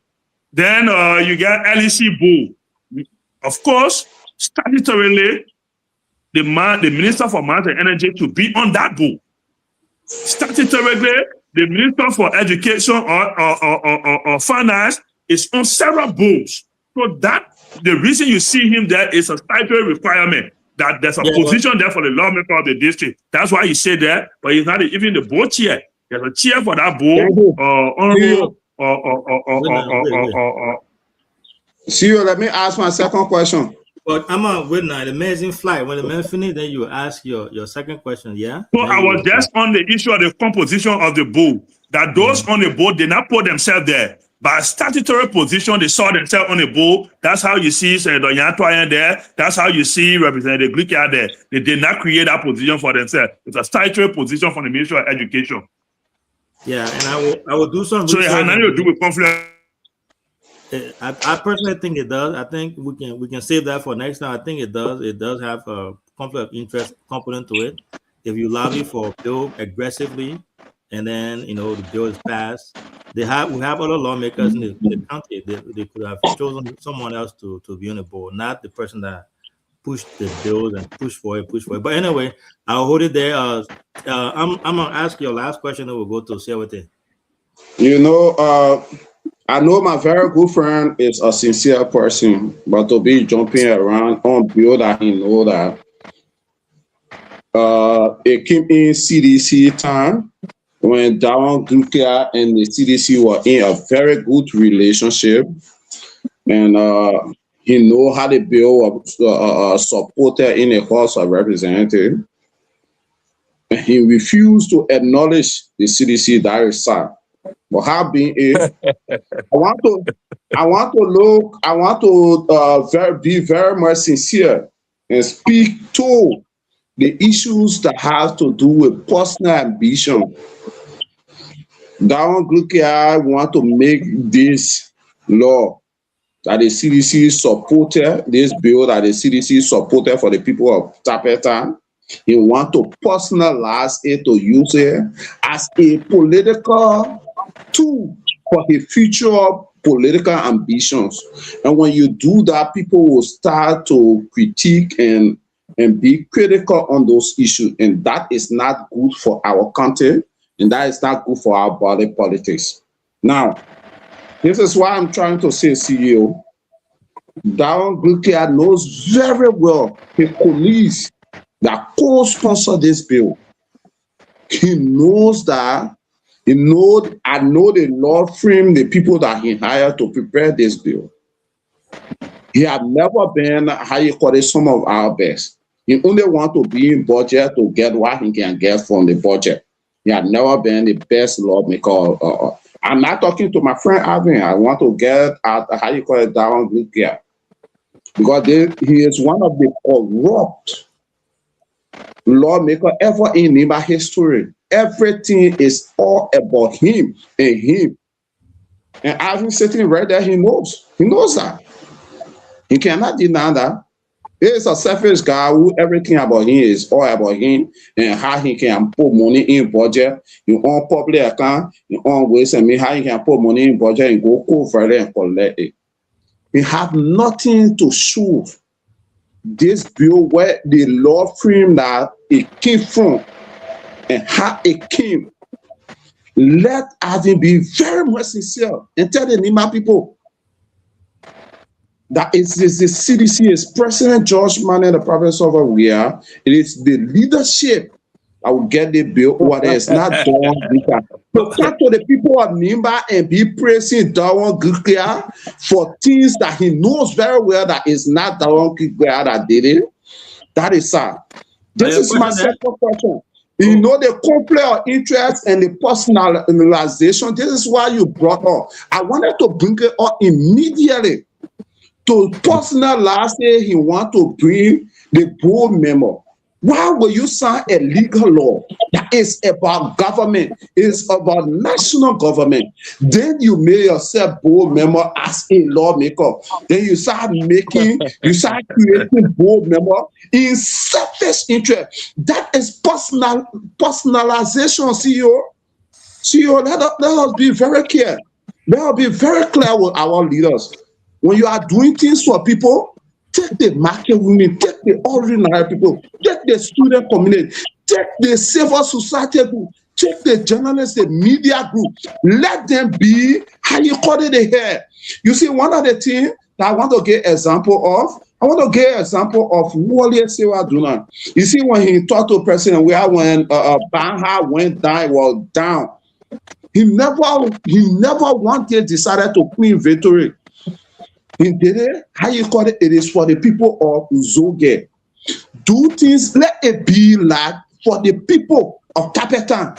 But you are making yourself board member, you are making all of your surrogate, your confidant board member. Is that what the people of Tapetan want? Do you ask the people of Tapetan district to decide who become board member of the institution? And when people are doing those things, they are only doing it as election e-project, EEP, to create a bill to the people for them to not critique them. And critical manner, people like us, we do not love that. CEO. So Yes, ask- Darwin Dukia, ask- stop lying to the Can I people. respond? Can I respond in 1 ask the minute? question. Let it get- Abi, I'm not coming to you. I'm discussing Darwin Dukia, except you want to I'm defend on the him. show and we're discussing the bill. So when you talk about something that need Yeah, clarity, yeah. I think I need to provide a clarity. But So I can do that, what is Charlie? the lawmaker is part of a board member. He brought so of his surrogate and his keys, remote control people to be board member of the bill. Is that not conflict of interest? Can we be sincere to ourselves for once? Thank you. Thank you. Amma. Thank you. Let our guests respond to that. I think he Let responded. me to respond that. to it quickly. Yeah, For the CEO, I want to say thank you very much. CEO, Amma needs serious education when it comes to the issue of bills. And let me just do that. You talk about just we are the problem solver. There are bills. When bill is originated, there are bills that can originate from the executive, from the presidency, to say, I want to have a vocational school interpreter. If Josh Weah have put out a bill to build a vocational school interpreter, and that bill was passed by the lower house and left in the Senate, and this government come and pass it, we will say Josh Weah initiated this bill. Former President Josh Weah initiated the bill. That is not the case. This bill was initiated by a lawmaker of a district who saw the need for his people. Initiated a bill. The bill was passed by the lower house. It remained there. It could not go further because the government had no interest in it. Another government came. Luckily for this lawmaker, he was re-elected. He picked up the same bill, and the government went and acted upon it. The senator saw the need and passed this bill. The executive saw the need and signed the bill into law. Not just signed it, but provided money in the budget for it. And you want us to take credit and give it to Amma and his CDC? We can't do that. The bills are initiated, and there are people who sponsor those bills. So when that bill go and pass, those who sponsor it, who initiated it, they take the credit. The institution does not belong to them, but it takes credit for providing that education, for sponsoring that bill. And that's what happened. You talk about conflict of interest. I just educated you here. That the formation of the board, the representative did not form the board. And the formation of the board came from the Ministry of Education. That statutorily the lawmaker of the district should be on the board. Statutorily, there should be a senator from the county on the board. Statutorily, the religious community should be there. You talk about civil society. Look at the bill and read it. Look at the appointment and read it. There is civil society representative on that board. There were religious community represented on that board. The faculty, the teachers of Tapeta, they are also represented on that board. The educational board of the district is represented on that board. What more do you need on that board? People are there. So it was not a lawmaker who did it. Besides that, the vetting process for those that were qualified today, you see, our mother, Yagonwa Gono, who was the first president for the Nima College at the time, that is now the Nima University, she applied. There was a vetting committee established, headed by the Tapeta District Development Council, seated in America. This spearheaded the entire recruitment process because they have interest in the school. They have sponsorship interest in the school. They feel that Tapeta is being behind, and they too have been thinking about establishing something like this so that they sit over there and sponsor it. So when government came in with the idea, they said that we can collaborate with government to make it big for our people. We can help government to make it big. So they were the one who did the vetting process. People applied. They were vetted, and the three persons who came top are the names you see recommended to the president, and they are being appointed today. So the lawmaker had nothing to do with it. They are not his surrogates. If you look at the two persons appointed for Tapeta today, they did not support the lawmaker when he was running. Go on their pages. Lorena, now you're starting competition here. Nobody want to start there. We have our guests here. I'm speaking to the get it clear. The establishment of the board in that one, he did not put his own need there. It was a statutory position that he named got to. So he had nothing to do with it. All he wanted was the best for his people, and he succeeded in doing that. We can't get the glory to CDC. CDC always want to clean project. The other project enough for them. Thank you. What question you got? No, CEO You said wait, information, not Ama? question. CEO, No, not question, I think we CEO got- information. Let me see. What you got? What you got? One minute. Yeah, there's my information. You know, I've been trying to see, speak on issues that he don't know. That bill, go and CEO, do your follow or do your, let BKS do her history. That bill is started. Let him answer the question. I tell the bill started 2020 during CDC regime. And it was the same representative who brought the bill. I just want to give my information The to bill this was not brought by President George Weah. Yeah, Nobody but from the can CDC I wrote that bill. don't know. It became I a get my dialogue. information, CEO? CEO, this bill went through Ministry of Education. It went through Youth and Sport TVS program. TVET. TVET program. And the sponsor, ASIN, the very first sponsor of that bill, he know the person is now the CDC, at that time, CDC chair on Executive Akara Gray, Thomas Fala. Ama, don't go there. Don't go there. I beg you. Don't go there. The co-sponsor to this bill that we know is Senator Yan Toyen. Can you allow me give my information? Can you allow me give my information? All right. Thank you. Okay. Amma will get back to you. Thank you. Thank you so But much. what would be fighting over bill now? But I think you have to be sincere on this platform. This is I'm the being bill. sincere. I can't wait nothing about the bill. But then I can't wait nothing about people on Nima or something and you go sponsor bill for them. All right. Thank you. Thank you so much. I am VP Gerald. Amma. Thank you. Thank you so much. I'm still got nothing to do with the bill. Thank you for the answer there, Alvin. Again, thank you so much for taking up your time and be open to come on our platform, and discuss these issues. It also shows that we are open to everyone. Welcome to the show. Thanks to our follower. Again, this is BKS TV, the Heat Hour. As you can tell, I've said my name. I know the name. The Heat Hour. We'll come here, we'll discuss. We have some hard questions, and you will get this all the time. So don't. But I've been waiting for the hard question and not seeing any of it. So except the CDC may want to clean bill. We'll go to Siawete. Siawete, ask your two questions. CEO, you protecting the guests. You and my cousin Siawete are protecting the guests too much. Can we ask the question? The men are politicians who will protect. Which are the question you want to ask again without giving the bill to George Weah? Siawete, go ahead. Siawete, your two questions, please. Thank you, CEO. Good evening to Chairman Alvin Kpan and to everyone. Yeah, hello, my dear brother. Siawete. Yeah. Thank you for the appearance tonight. When Amma was speaking, my mind went to, I think, 2018, 2019, when the late Senator Geraldine Doe Sherry passed, when they were even claiming the body of, the late senator. They fought over the body. I went there. They fought.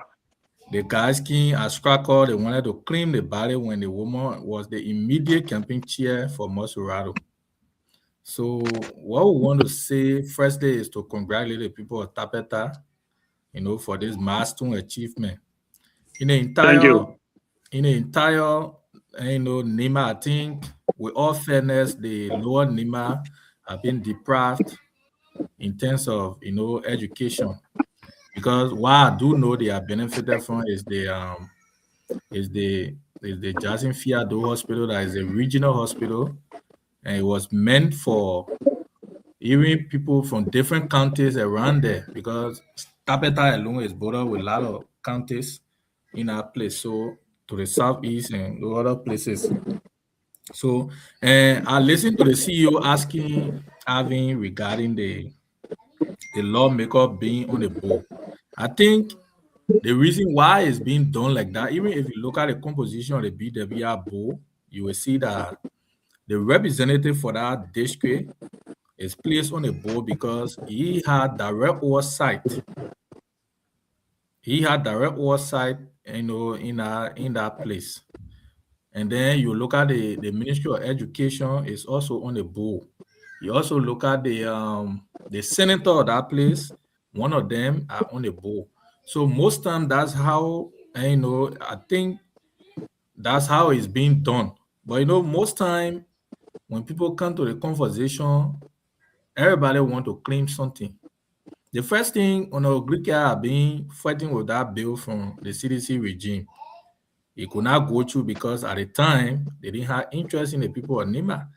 Quite frankly, speaking to you, the interest at the time with sedition at the time was they were only focusing on how to get a vote, how to manufacture vote. But the people of Nima knew the impact they had on Nimba. That's why they did not get the needed vote. They did not get the vote that was needed. And the people of Nimba voted against them massively.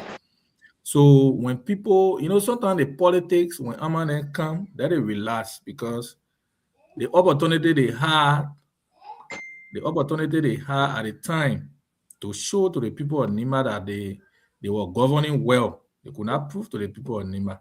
So for me, what I want to say here is to just congratulate the people of Tapeta for such a milestone achievement. For me, those guys that were appointed, like Ebenezer, our own good friend, very young man, energetic and educated young man, also the veteran educator, that old lady, she was the one who brought light to the NCCC.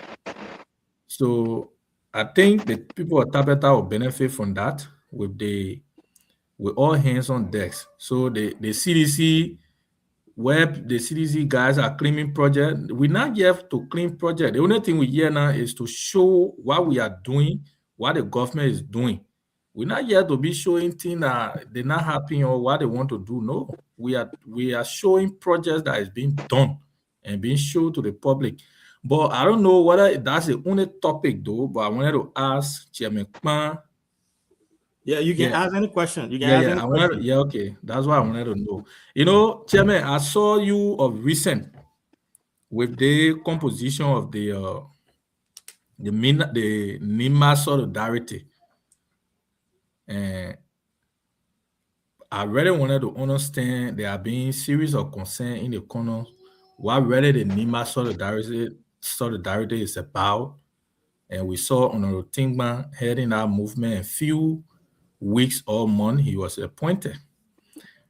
And another thing is the Nima Solidarity. I think if the name, why I would like to understand from you, but I think I understand that the name is meant to defend each other as Nimbayan and to promote the image of each other regardless of whether we are fighting. Hello? Yeah, we can hear you. Having that no, because I see him breaking. Yeah. I really want to get this from him. So I want to be acting there, and I'm put up that thing. You trying to bring your Nima Solidarity, the whole definition to the public. Just ask a man, you're going to define for us. But you can't be people around here, my man. I know you find out the people. You can't tell the man how to ask the question like Chris. The man. Chris, that's why you man far beyond Ayo. Charlie. So let me while we wait on Alvin, here's my point that I was trying to make with the lawmaker being on the board. Yeah. I'm not a legal person here, and I will stop there and be clear. I'm just saying this from a rational standpoint, someone that understands some things, right? He lobbied aggressively for the bill, and then he pushed it, everything going through. Now he's going to be sitting on the board. The board will be making decisions. I see some sort of conflict of interest when it comes to that. That's my point. I'm not saying it's an illegal thing. I just feel that there's going to be some sort of a conflict of interest. Unless maybe Alvin tells us, like he clearly said that. Yeah, Chairman. So I don't know whether you got me from where I stopped. Yeah, I was following when the internet went off, and you was asking about the position of the Nima Solidarity movement, what I know about it. And Tinkman was the chairman, and he got appointed immediately in government, and you wanted to understand, right? So let me just ask a question. Hello? Right away. Yeah. So let me just ask the question. Why I was intending to ask is that the intention of funding the NIMA Solidarity Movement, like the name depicts, is to defend and to protect each other's interests. But few days ago, while it's true the appointment power is with the president, we saw that Honorable Tingban was replaced by Honorable P. While being the position of the NIMA Solidarity Movement, and we saw even youth group had never made any statement, and even elders did not even show up to Honorable P. But today, the component of the NIMA Solidarity is being replaced by his own brother. How do you reconcile that statement of solidarity? What's the intent? What's the intention of the NIMA Solidarity? Thank you very much. So the NIMA Solidarity Movement for Unity is an organization established to protect the image of Nima County, to bring peace among the Bayans when there are conflicts, and to make sure that Nima hold together in everything we do, whether political, social, or whatever, that Nima hold together. So, Otima emerged as the founding chairman, and his appointment into government movement was established for that they established this organization. To our intent that we still stand by, that we live by, is we established this group to protect the interests of Nima County. We established this group to defend Nima County and make sure that Nima County speak with one voice. But again, Siawete, the appointment power lies within the presidency. And those who are appointed by the president, they work at the will and pleasure of the president. The only benefit we get from it as a county is when Siawete is from Nima and he's appointed by the president, then we lean with Siawete so that some of the benefits come to Nima County. But Siawete remaining in that government or going into that position, it's not Nima County. We were here when Madam Salif replaced Moses Wogbe from FDA. From Tapeta Statutory District, Blood Yala, with our elder, Honorable Harrison Kanwe, are sent to be corrected. There is no video of any gathering of Nima County to go and oppose Manaseli at the time. Why? It was a minus and plus to Nima. We lost a position. That position does not belong to us as a county, but the individual who was in the position came from our country. So somehow, somewhere, we benefited from it. And the president who have the power that no man can question said, no, Mr. Wogbe, you have lived there for long. I need to replace, I need to remove you. And Nima was against Sa and happy that when Wogbe left, he was replaced by another Nima son. We did not cry around. There was no demonstration in any part of Liberia or Nima County that Siawete or whosoever can remind us of. Moving forward, during the heat of the elections,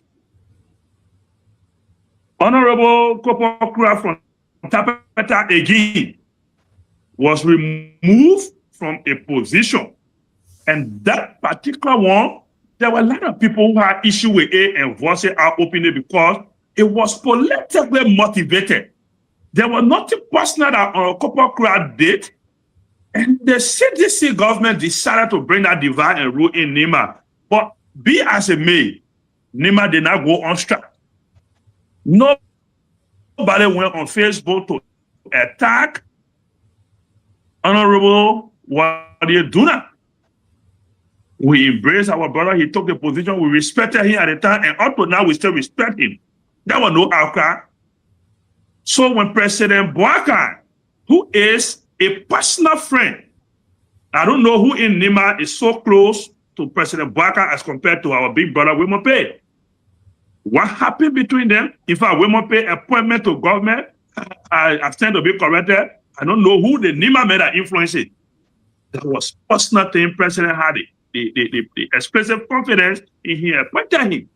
What happened between the both of them? We don't know.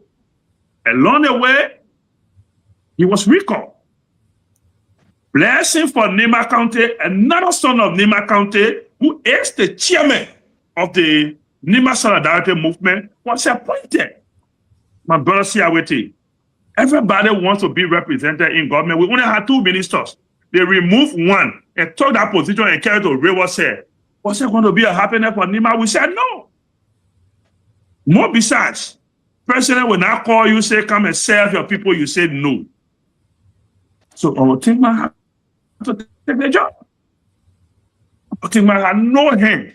Even up to now, I'm not too sure he have been talked to or explained as to why Honorable Wemope was removed. What happened to Honorable Wemope is a personal thing between him and the president, and they are still cool. They speak to each other. So Nima County had no role to play in it. The only thing we did was to come and tell Mr. President, thank you, by showing up at the Capitol building. I personally was a part of that recruitment because I served as the vice chair for outreach for the Nima Solidarity Movement. Then our chairman had been appointed as a minister. During that time, when the appointment came, the Nima Solidarity Movement, before we could mobilize to go to Capitol building, we spoke to Honorable P. We set up a committee headed by Honorable Roger Doma, the former representative, to reach out to Honorable P, to explain our position to him, make him to understand that in no way we happy for what happened to him, but we do not have control over it. But again, another son of Nima had been appointed, so we're going to go there to identify with him. And that arrangement was being made. He was visited, talked to, and you saw him. You saw Honorable P during the ceremony. He was lively. He was happy that, yes, I am being removed by my president, but I'm not against this government. Government job is a borrow code. They give it to you today, take it, give it to your brother. There is nothing about enemy shape into it. Thank you. So Thank I you. think my position, he had nothing to do with the removal of Orope. We all regret it as Nibayans, but again, we were happy that the position did not go outside of Nima. It came back to us, and that's why you saw us out there. Thank you. Thank you.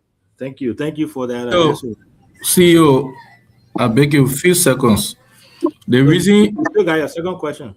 it will not really be a question, but you know the reason I asked a question about Honorable is very simple. I know all of these justifications will be made because you know they are being replaced by Nimbayan, and for which we will even embrace every time. But in 2023, when Honorable Duna was appointed at the Ministry of Post, we saw a barrage of criticism. But then it was a CDC administration. I was not supporting the CDC though, but we saw that even there were press release being conducted that a Nima man, Honor man, is Nima man, and he's getting a job. Today, I mean, Honor Tingman is a very good old man, but sometimes some of the conversation, when we reach to a certain point, then we twist it. That's where I get problem because Honor Duna back then there were press conference. A rush of Nimbayan calling that Honor Duna, Honor man, Honor Kua.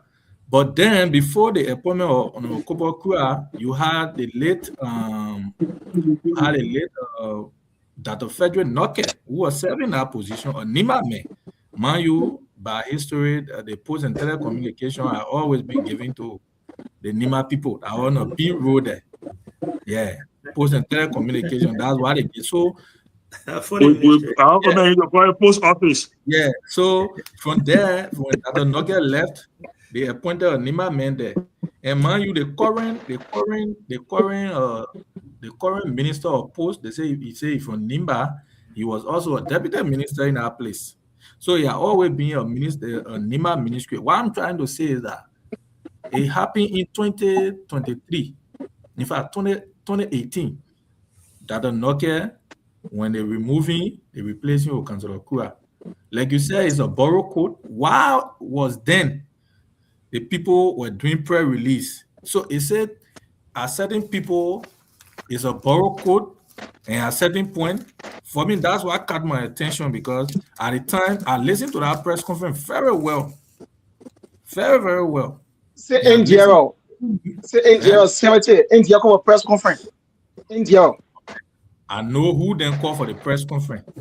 I said MDR. The MDR called for the press conference, including Sonny Bayen, endorsed that press conference. What are you saying? That was a political strategy. I told you the manner and form in which the CDC government did it. That's what brought the political outcry. Another political party felt that they were not treated fairly, and you saw the outcry was political party. So, Chairman, on our Tingman State, the chairman of the Solidarity Movement. So thank you very much. So the Solidarity Movement is in transition. We have now officially launched the Solidarity Movement. We were at the formative stage when I was being appointed, and we are in transition. We're putting things together. We're doing our constitution, the bylaws and constitution. We're doing our organic ground. We're doing our registration with government to be legal, and we will be officially launching in our county NIMA. And during that time, we will know the real chairman of the movement. But as of now, our Tingma is still the founding chairman. And based on his basic schedules, I'm heading the institution in terms of leadership, and I make report to him. So when they appoint you, the few days to you'll be busy, you'll tell it all. Yeah, y'all love it with the president and you appoint me. Thank you, Alvin. Thank you for those answers there. Great questions and great conversation. Again, that's what we do here. We have this conversation that's very, very informative and educative. Now we'll go to our female giant, the only person that we got here that can hold us down. She can go after everybody, the CEO, the who, when she's ready, she go after you. So Lorena, over to you. Your two questions to your fellow rescuer. I don't know a question on that statement you made. I don't know which one you will do today. Rescue. Good evening to all of our viewers and listeners, and good evening to the panelists. Good evening to Alvin, our guest. Thanks for accepting to be with us tonight. I want to start by saying congratulations to the people of Tapeta District. If you actually know NIMA, you know how important it is to have that school in Tapeta, because people from Zoju, people from European, Old Town, people from B and W Administrative District, people from Yahweh Misno will also benefit that school in Tapeta. So I was coming from NIMA on Sunday when I saw on e-motion the appointment by the president. I was told, I was happy because you just know how important it is to have such a school in Tapeta. And I want to also say that this school, the president of the school, I mean, she's one of our best educators, especially from our gender. And so she's going to be heading this school. So I also want to say congratulations to Madam Gono and the people of Tapeta. I'm sorry Amma is not here. I hope he's following. But in Liberia, there are 3 steps of universities or colleges. They are either faith-based, like you have the Cotton University, you have the ABCU in Yekepa, you have the Harvard University on the Old Road, and you have AME Zion or ABU. Those are faith-based universities. And then you also have private universities. The private university will be like Faith University in Habel, will be like Smart Institute. Those are faith-based universities. And they have the charter universities. The charter universities are universities that came to be by an act of God. Like you have the Nima University, the Lofa University, the Grenfell University, the one in Bon County, Bon Technical College. So for those kind of universities, the charter universities, there must be a representation of the county or the district on the board. And then there will be representation of other people like the education district, the religious community, and the civil society body, all on that board. However, if you are serving as the chair or the co-chair in the house, you cannot serve on the board of a charter university because of conflict of interest. Because if you on the board and you are co-chair or chair of education in the house, you will always want to vote in the interest of that, or you always want to advocate more for that university you wish board you on. So that's a requirement. So Honorable Glick has not done anything that is wrong. Even in the United States of America, representatives are on charter university board.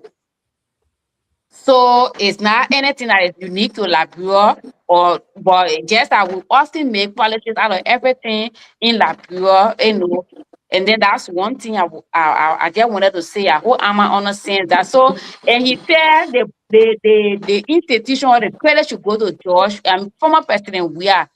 But if you look at the law, it says the lower and the upper house passed this law in July of 2025. And in July of 2025, we know President Weah was no longer in power. And then on August 7th of 2025, President Joseph Yuma Boaka passed it into law, which we know President Weah was also on a FIFA trip in America. Then I want to also say that you can, our bill could originate from the House doing a particular administration, but then maybe it got stuck or it didn't pass. It doesn't mean you should get a credit to that administration. For example, when we're talking about the most discussed law we have been talking is the Revenue Sharing Act of 2021. By the time it's the Revenue Sharing Act of 2021, you know it was the CDC administration, because 2021 tells us which government was in power. So nobody can take that credit. However, in September of 2025, the United Party government put into place other aspects of that law. But yet still the law was not passed by United Party, it was passed by the CDC government, and don't argument about that. I will give them the credit. Like we often give them the credit for the Local Government Act of 2018. So when somebody just come and say, oh, you want, and also when you say, I say, so living sedition, Emma, you just prove me right. Because a living sedition will even want to say the teeth in your mouth. They own it. That's why I don't argue with them. You can be my best friend. We can eat together. We can do, like, even my ticket tomorrow on the field. I want sedition. He didn't want but my ticket. He didn't want to send me mobile to go buy my ticket or sedition. He's my good friend. But for me, for you and myself to have political argument, I would never do that for a living sedition because it's a waste of my time. Why when you said or Lord, our passing 2025 so somebody who left power and before 2024. What does that make any sense? That's why I don't argue with living sedition. You know that why I say not my enemy, they're my good friends and brother, but I will never argue because by the time they say they're losing that argument, they say even the clothes are on you that you are boy or that president we are boy. That's it. And then one question I wanted to ask about the Nima Solidarity Movement is that during the Nima County rally, the United Party rally in Nima, the one we had in Nima, at Senator Tuayen's house, and what's his name? Wanake, the former aspirant, the former candidate or senator candidate, he introduced himself as the new chairman of the Solidarity Movement. So tonight I'm hearing a different side of the story from you. So can you please let the public know who is actually the acting chairperson of the Solidarity Movement because of the busy schedule of Minister Timba? That would be my only question. You're referring to T1, our brother T1, right? Exactly, so T1, and I've been was at that event as well. I even asked him, I called on the side, I said, oh, you got new leadership in place. So now with the new information, I want the public to know from Monday. Or you know that position, that hot position, when you go there, the next thing you know that the job. The So position, you don't take 3 more email they can point you. they can put you.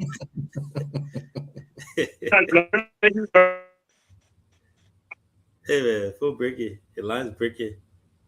Say Lorena need to Thank apply you for very this. much. Probably that I don't think it was a slip or two hour already. Hello. Oh, So I'm responding to Lorena. yeah, but you breaking. We want hear that answer. Google, where you breaking? Where's smart? Let's see. Let me see if I can add you back there. So I think I heard that right. I'm good. I hear. Okay, yeah. We Hello? now. Please go back to the answer. Take your time. Answer the question Google because we really want to hear the answer. So I will take my time. So when that pronouncement was, brother, you know, when we were in Ghana, particular night, there was nothing official. We all were jubilating, and you know, the anxiety, the happiness, and all the things were there. So what he said there, I think leadership there with it. When you look at the leadership structure, the acting leadership structure of the movement right now, Honorable Wonoke is not part of the acting chairman when the chairman is busy. Hey man. Why Wanna get introduced and said I met that day that he's not part of the executive, then how you got that title? Oh wow. We need to invite him here. Yeah, that man again, and I have invited that man, but the message can only give 1 hour because he can go on spoon. So it was 1 hour small for us, yeah. Yeah. So he always goes on spoon. So and we and spoon come on the same time.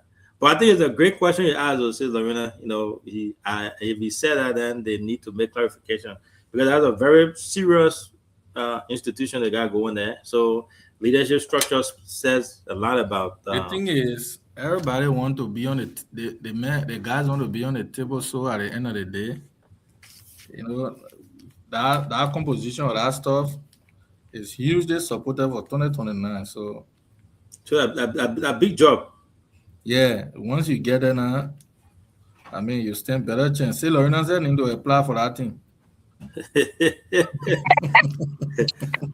But Chris, while we are with our guests, you guys got to put for the chairmanship. Chris, they told you I'm just a blind loyalist, eh?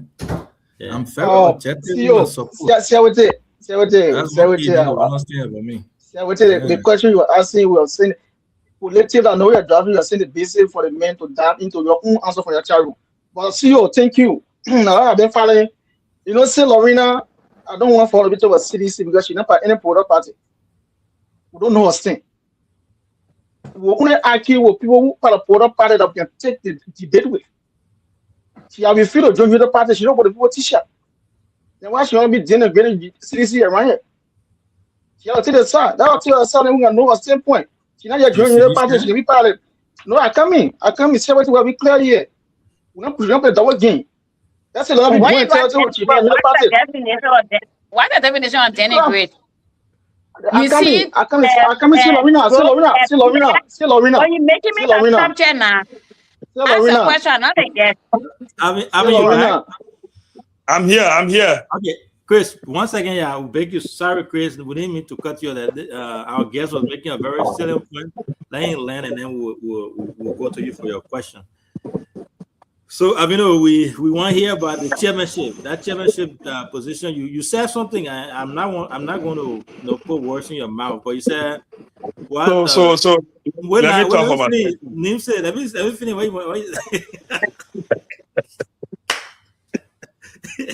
All right, I'll let you go. Go ahead. Say what you're saying. Okay, so like I said, thank you very much, Lorena, for the input. And also your concern that had to do with the solidarity movement. You raised that with me in Ganta. And like I said, that particular night, there was nothing official.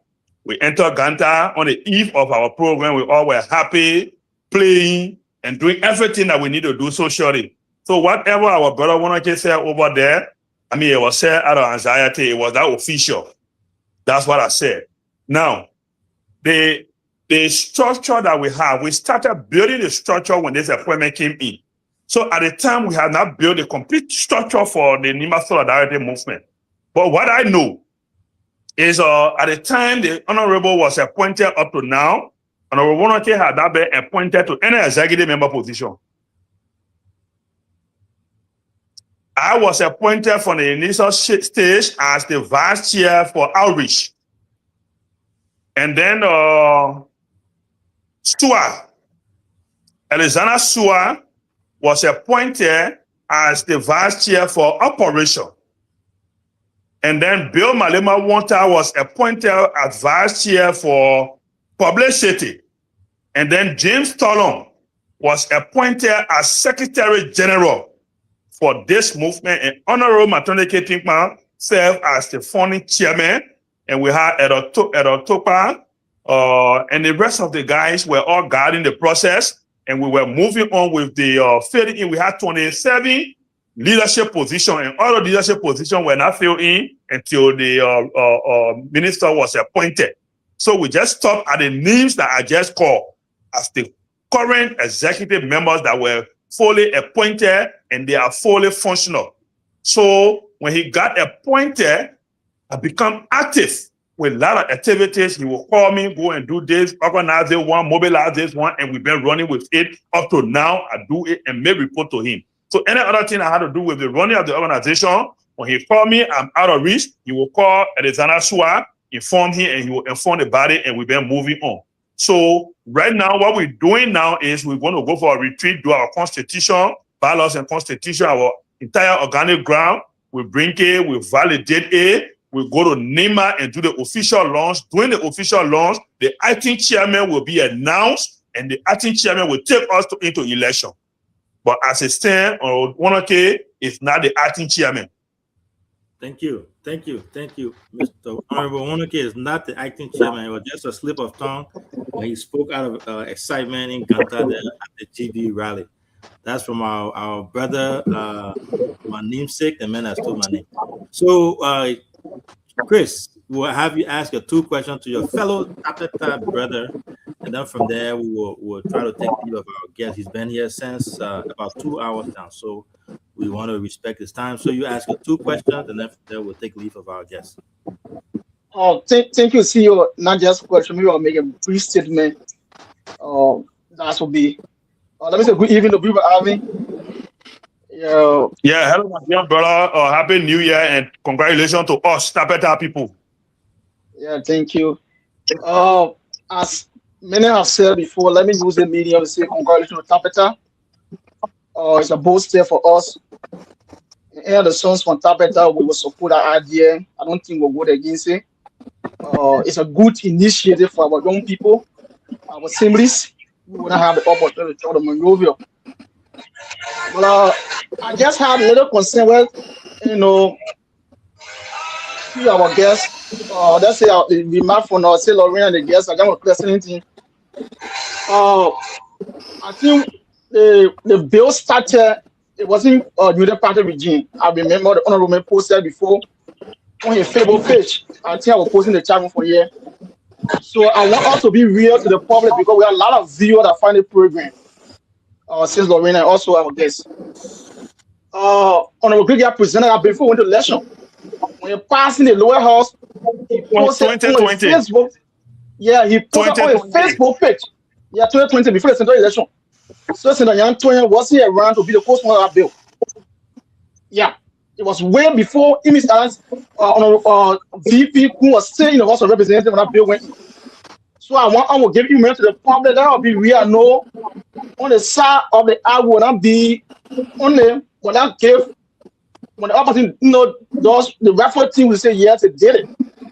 I'm not against that particular issue in Tapeta because I will benefit, my son will benefit from it. But I will do that clarity. And the next thing we'll talk about is like whole NIMA Solidarity issue. As somebody asked. For me, I had different view on it. Because when our guest spoke tonight and said for NIMA to speak in one voice, I don't think so. I don't think so. It should be the supporter of the VP in the Union Party. Because 95% of the people who are part of last scene, solidarity movement, are from the angle MDR in the unit party. So other people come out and have another group that want to support maybe Musa, or they want to support Tiawon. They say, well, you want to speak one voice. No, it should be the support, because I don't want for us to make Nima to be like, going one direction. No, it will hang out tomorrow. Things can change it around. So to our people in Tabata who have been appointed, you all support them. We wish them well.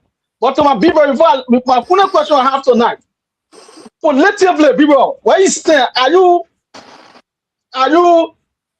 a similar type of MDR, or the friend of Jeremiah Kun, or you are full-fledged unit partisan? Because when Senator Joseph Olefi was sorting a picture on Facebook in 2021 or 2020, you Ebenezer Strutter, the Royal Guards in Gata.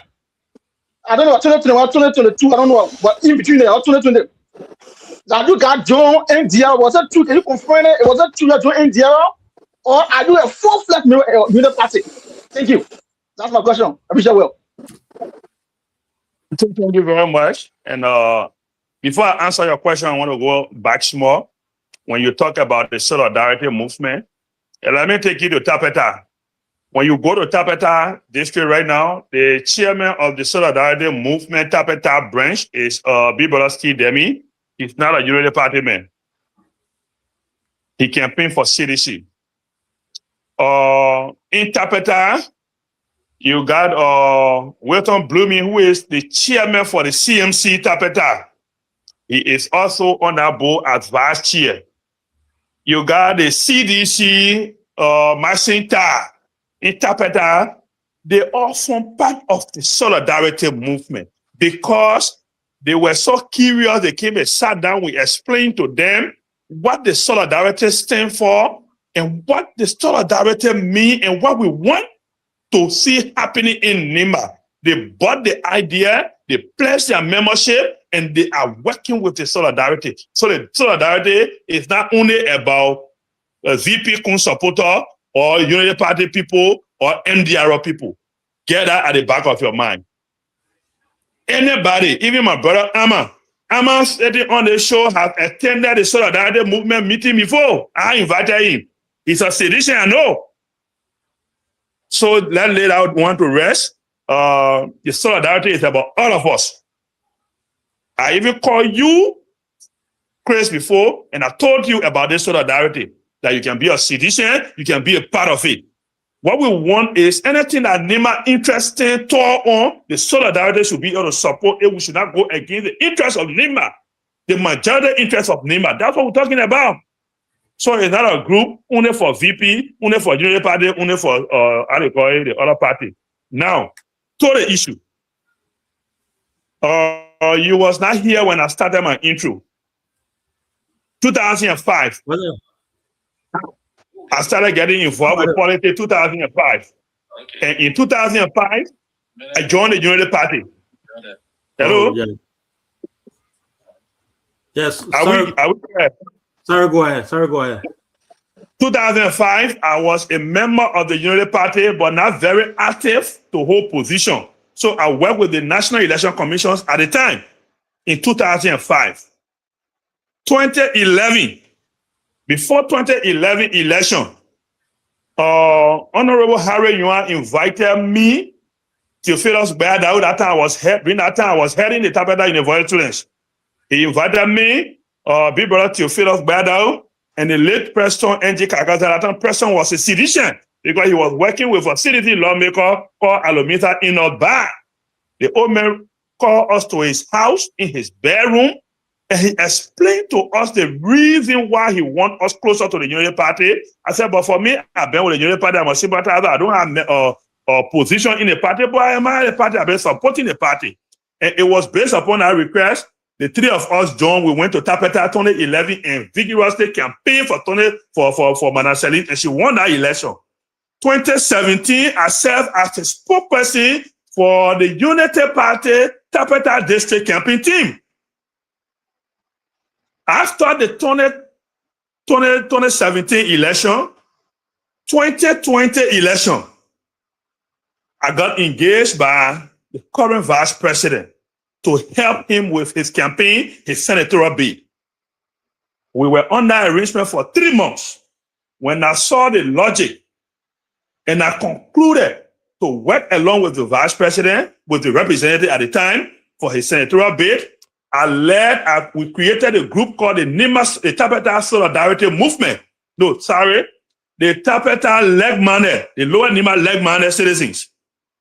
The Lower Nima Leg-Minded citizens was comprised of potential young people of the district. We visited Senator Johnson to his house and pledged allegiance to him. During that time, Chris, Senator Johnson was not very popular in Tapeta. Most of his activities was being objected to by Tapeta people because the young people were not working along with him. They were not involved in majority. So we went to his house with a communication, gave it to him, and pledged our commitment to work along with him. Ebenezer Strutter was there, I was there, and the rest of the young people were behind us, Odisha Depa, all of us. On that program, the senator shed tears and took that paper and put it in his diary and said, you're going to add it to his book that he will be writing, the next book you are going to be writing, because it was a sign for movement for him that he been leader for Nima, and Tapeta people have always stayed away for him to see the young people to come and pledge allegiance to him to work along with him. He was happy. So in that meeting, he asked us, I got one task for you guys to perform. If you perform that task, then I know the thing you're talking here, you're serious about it. We said, what? He said, I want y'all to support Jeremiah Kun to be the senator for Nima County.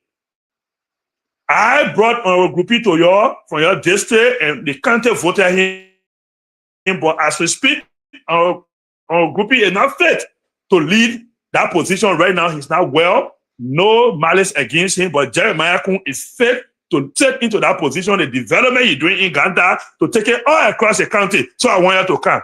We agree.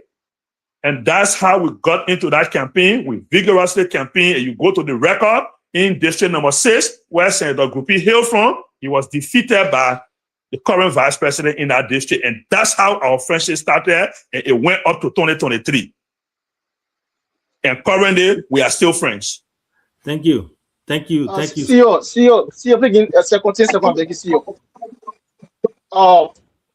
You know, the guest, CEO, we want to show, I want the guest use the word, I want him to get out, to get it back. This is a platform. When you tell me, say, oh, to get it back at your man, I think it too hard, people. I think you can take it back. Okay, sorry, no issue. I mean, no harm. What I mean is to keep it, to record it, right, to know that that's what we did. It was in public. But I mean, no harm or no disrespect to you, GM brother. You know, we can't go that route. Thank you. Thank you so much. Thank you so much, Alvin, my namesake. I really, really appreciate your presence. See you. See you 1 minute. No question again. 1 minute. No. No, don't do that. Hold on now. Let me finish. You can't. We got a post analysis. Yeah, so you can't comment on that. We got a guest. You are not a guest. You are a panelist. Of course. The guest to provide.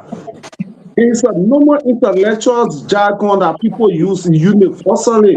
And how you get it? Oh, you mean I want to bring to the guest attention. CEO.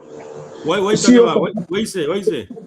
Yeah, CEO, for every time that we are having conversations, you know, one of the things I learned, when you come to national platform, you should come with sincerity. Those rhetoric and those rhetoric style of politics is not good for us. This is what keeping Africa down. When Representative Dallin Gukia, when that bill was going on, Nima man pronounce it good. Dawan Gukia.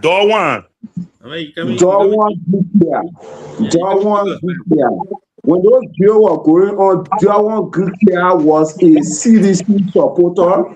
Yeah, today, Vice President Jeremiah was a representative. We already passed that. But having today national platform, CEO, when bringing this up, you want to like cut me off. No, Africa today, national platform. I think I said it today that this bill started since 2020. It passed in the lower house, but there was no support from the executive or the Senate to get it going forward. That's what I said. Why would the lawmaker sponsor a bill for the people of Nima and Tapeta? Then he impose himself and his surrogate as board member. The school is not named after Dawan. That school is not named after Dawan, it's named after Tapeta. Who you call surrogate? Thank you, Amma. So thank you so much to our guests for coming again, Alvin. We hope that this is not just a one-time thing. As we've always done, we've extended invitation to all your colleagues, all your fellow rescuers to come on here to discuss. This is our platform, it's a NEMA national platform. We look forward to hosting you in the future. Before you give your parting comment, you are a politician. And there's this rumor around that you are interested or you got ambition to contest in 2029 in your district. I want you to kindly add that to your closing statement and give us your party statement. What say you about that? Does that rumor hold any water or any ground, or is just mere speculation? So thank you very much, CEO, and thank you to all of the panelists. Again, I'm always available. Once you let me know when you want me to come on the show, I will adjust myself and I will make myself available, and we will always interact. And like I told you, I want every one of us to build this up and let it be a brand. The county we come from called Nima is a brand in the whole world. When you say Nima, people know that Liberia you're talking about. Right. So we also want this show to be that brand. That when you say BKS, they say that the Nima people there, that show is a credible show. That show you go on there, the people are balanced. So we want you to build a show in that form and manner, and we are willing, we are available at any time to go on the crossfire. You're not afraid. Our government is performing. So, we are proud to appear anywhere to discuss the issue about this government. I work with public where I thought you guys were even going to ask me about rule, but I know there is no question about rule in the country now. The only question in the country right now that bread and butter and people definition of bread and butter is everybody should be working, which everybody cannot work. The government cannot employ everybody, but the government can create an enabling environment, which we are doing right now by ratifying the Ashina Mita due to employ people beyond what they're doing, to bring in the Ivanhoe that when they are working, the Liberians will be employed, to make sure that no oil block we give it out, people come and do exploration, and when oil is in Liberia, Liberians will be empowered, they will be appointed into the private sector, and the bread and butter issue will be resolved. There is no way, nowhere in the world our government will employ everybody. It's not possible. The government is trying. Now, to close up on the topic of the Tapeta School, thank you again, CEO. Thank you to Honorable Grikia. Thank you to the rescue government who saw a fit to fast track this bill from the level of the Senate to the level of the executive, that today you open the 2026 budget book, you will see Tapeta Technical Vocational Training Institute in that budget book. I say kudos to this rescue government. It started since 2020, and today it has come to fruition. And those who were behind it 2020, the representative was re-elected, and he will make sure that that bill passed today. I want to say thank you to Honorable Grikia. Whosoever helped him behind the scene, he knows that he can tell them thank you. But I know at the conclusion of this bill in the Senate, Onyantoa himself as a co-sponsor and pick it up from the Senate, lobby with Hekodi for that bill to pass, because when he was campaigning, he went to Lower Nima and he did not see any institution that will cover people when they graduate from high school. So I want to say thank you to Onyantoa as well, in addition to our lawmaker. And the biggest thing is to the Vice President and the President of this Republic. As it relates to Alvin Pan 2029, my opening statement, PYJ University was a private university. When Lesotho closed up CEO, 2029, I told you in 2017, I wanted to run.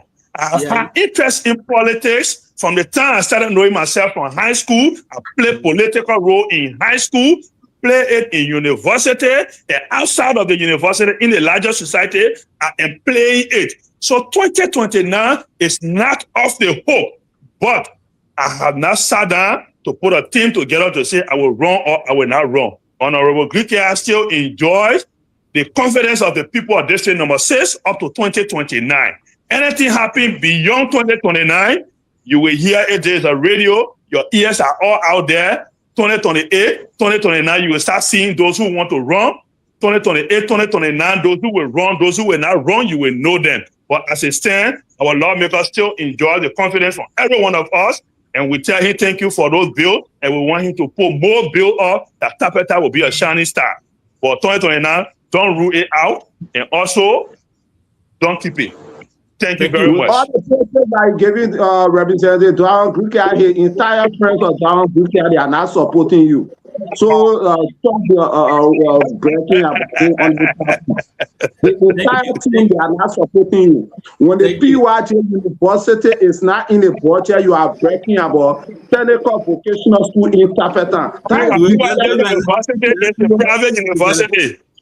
When you give it to government will put budget there. To our people, under the president we had that you never supported that the Nima people, the PYK University was given subsidy. They were always in the budget. So you're talking about subsidy. Now you're speaking good English. No.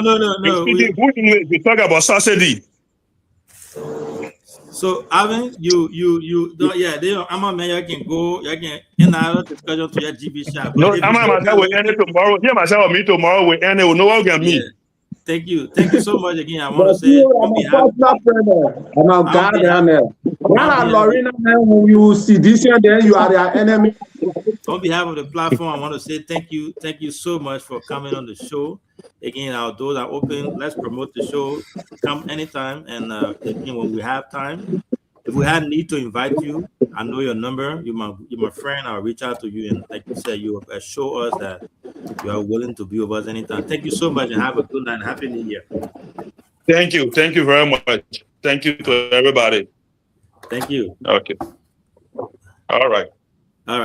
So, Servate, up to you. You can announce our guest for tomorrow, give your parting statement, and from there we'll go to Sis Lorena. Sis Lorena will do the same thing, and then Amma and then Chris will take us home. Thank you, CEO. The show tonight, actually, it was a good show. And thanks to Mr. Kwan for the appearance. Like he put it, I mean, in the entire country now, the guys are really searching for bad news, and there's no bad news in the corridor. So every day, the guys want to get news to run with it, but to get bad news is very, very difficult.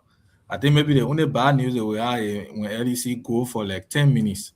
So we want to actually appreciate the government for the development on ground. We know CDC, like I said, guys, they are very good at cleaning everything. So they said, Lorena said, even the tea and more and all they want to clean it. Because we remember in 2019 when Senator Geraldine Doe Sherry passed, the CDC was claiming about it that did not stay with them when she even served as the immediate campaign chair of the United Party. So, I mean, the guys don't have news to really run with, so every day they will get something to say. But on the overall, it was a good show, and we want to congratulate the people of Tapeta. We pray that that institution, as they build it, there will not just be a frame. They should follow the people of Upper Nima to go to school. Not just the building, they go and put there, no. Because if you get the frame there and people don't go, then it's a waste of money. So I hope they will muster the courage. You can learn anywhere from anywhere and be somebody. Because one of the things that is actually embarrassing our society is everybody want to go to Morovia. I don't know why in Morovia. So you can lead, people can graduate and CCC, they are working in the bank. People graduate from LRCC, they are working in the banks. So I think they need to make use of the opportunity, putting politics aside, and take advantage of the school that will be open there.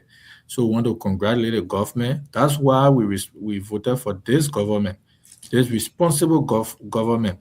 Not government where they just run praises on president, you know, they didn't have any agenda, but there's a government that is dealing with an agenda.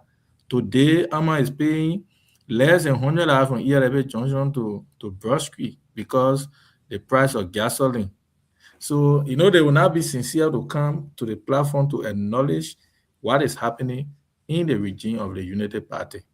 So they are all beneficiaries, but they, you know, like I said, no bad news now. So they're fighting hard to bring something from 2020 or 2022. We're discussing 2025. You're talking about 3 years ago. All the things they are there upon arrival. So I mean, tomorrow we'll have the guys from the. I think we are getting a little, you know, connected with the Tapeta guys. We'll get the Tapeta guys here tomorrow. There's a, you know, political and pressure group they call the DOVA, and that group is chaired by Emmanuel Gué, one of the directors at the Ministry of Labor, with some other citizens from Tapeta Statutory District, both districts now. So they will be here tomorrow to outline other development in the district and what the intention is for the organization, and I mean other national issues and district, both District 6 and District 9. We'll be discussing that. So we are hopeful of being here tomorrow.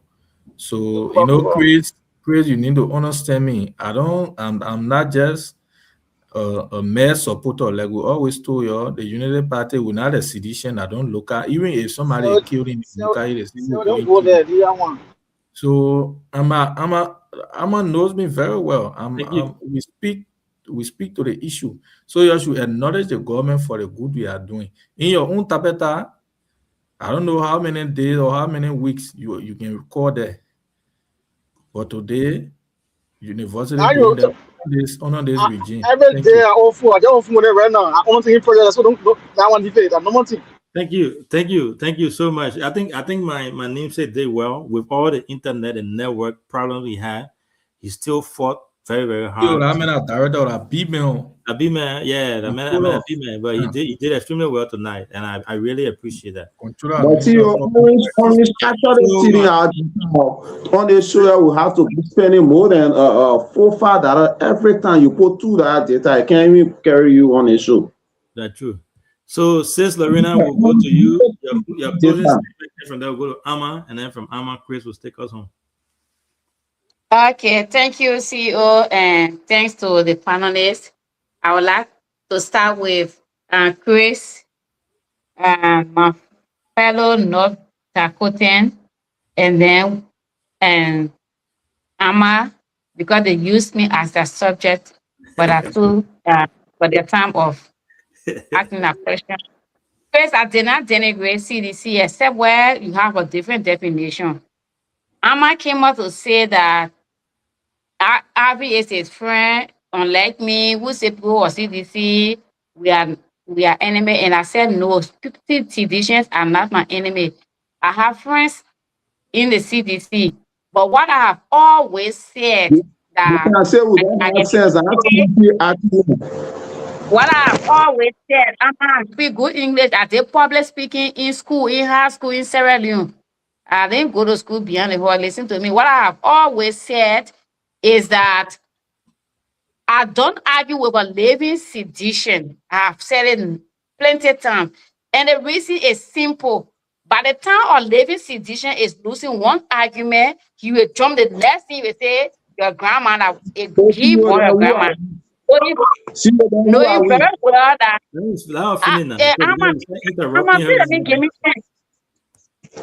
I'm a relax. Even you are older than him, yet he will want to own, or she will want to own your grandma. And when I say it, I say the almost like, in fact, joking to what her name, Shedra Dwoki, and we laugh about it. I don't know why my brother is not coming on in a few days, my fellow harvester. But that doesn't mean that you are my enemy. But equally so, I will never take my time to have political debate with you, because the reason for debate, is to come to a point of agreement. You disagree to agree. But unlike in the case of having a debate with certain Sedition, especially those of you who we are privileged to have around us, you just want to argue. Let's take, for example, somebody proffer a bill and brought it on the floor in 2020. The bill have people, private sponsor, people in the legislature that sponsor it got stuck. It didn't get the support.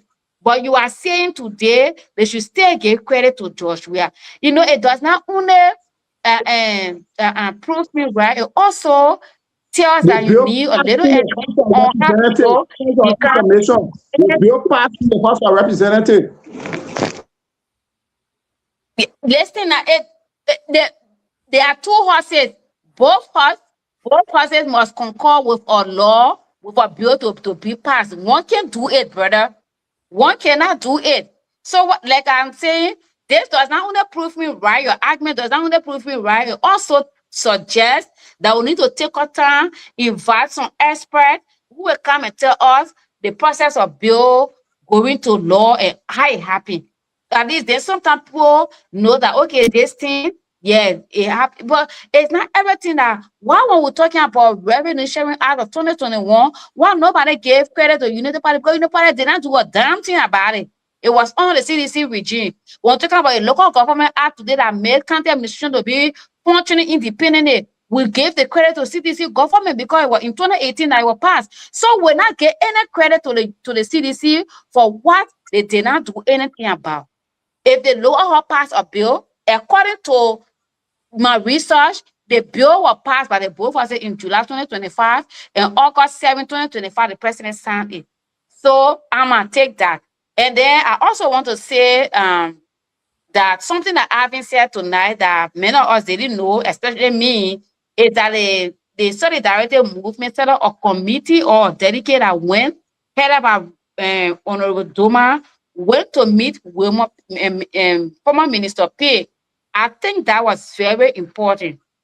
Because if you say we are Solidarity Movement and one brother is being removed and another brother is being placed definitely in the same county, if you just go to show us support for the one who is coming in, not concerned about the other one who is giving a method and state of mind, I think it's wrong. But the fact that he said, though we need to verify it though, that he said that they went to a meeting, I think we should give credit to the Solidarity Movement.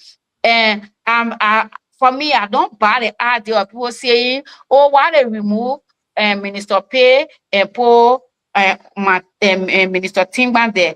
The only argument I will agree on, if somebody brings that up, I will agree with that person. Also say maybe a political reason is that to say, oh, since Minister Pay is a Gio man, maybe they should have put a Gio man there. Maybe that argument kind of makes sense. Then to say, oh, they shouldn't have put another Nima man there, just in general. Because the reason why I will agree, because in 2024, when we're campaigning for Senator Toyin, that was the thing. We say, oh, we have a US senator, we can have another US senator, it must be Mano or another trap.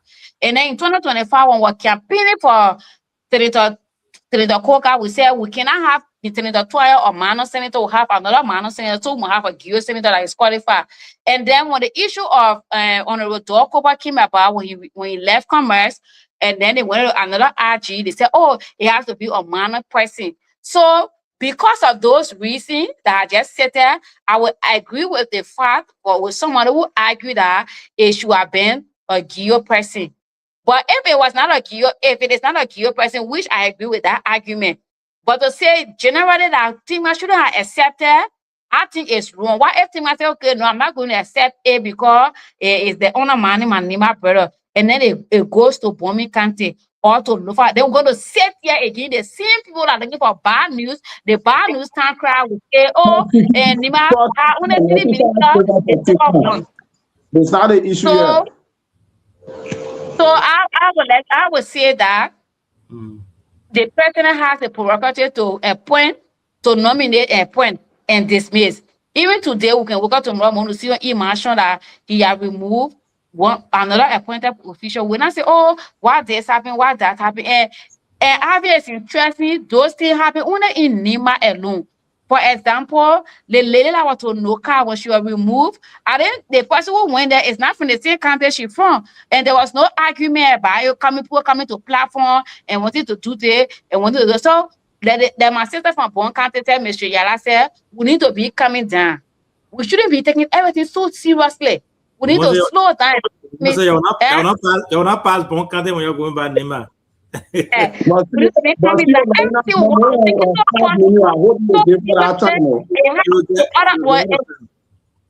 will happen to other candidates, and they will have they approach. Nobody cares to say, "Oh, well, that's the person from you're talking man from Bon, and you're not person there from Bakodo." They don't care. But when it happens to Nima, all the technicality, and the only reason they're doing that, and most often 90% of the time, it generates from the people from across the road who want it to become a political issue for people to be attacking each other. But I think Minister Pay is educated. He says support this government, and he can be appointed to any other position because he's qualified. He's not just one of those, I would say person. So that's why I like to stop to that. We should stop. We should be coming down. We should be coming down. Start taking seriously. That's how law works. Law originate from the legislature or from the executive, maybe in 2025. But if the year it passed, if it passed in 2032, we will give credit to the administration in 2032. Now the 2025 who got it stopped because they want to empower our people. Thank you very much. Thank you. Thank you so much. I know Amma is eager to answer. I want to say thanks to all of you for always coming on here. I mean, everyone, all the panelists, for taking up your time and coming on here. From the bottom of my heart, I want to say I appreciate it, and I really do. Because without you, we won't have no BKS TV platform. It takes a lot of work to take your time off, 3 hours a day, sometimes 4 hours, 3 hours to come on here and sit here and have these discussions. So we owe it to you. I want to say thank you so much for everything. Amma, please look at charter school. Charter school means schools are acted by law. Or charter school must have a representation of the county caucus. So that's how Click is on that board. He didn't put it there on the board, but that's a recommendation.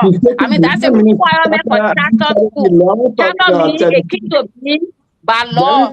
Charter means a key to be by law, and the fact are there.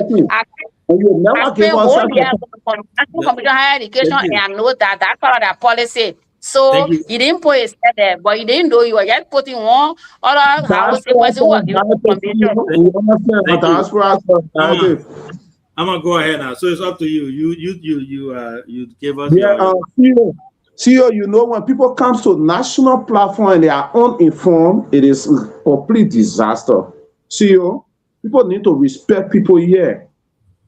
CEO, I was a legislative reporter in 2009 with a veteran journalist. When that time you don't have phone, you don't have AI to write for you with pen.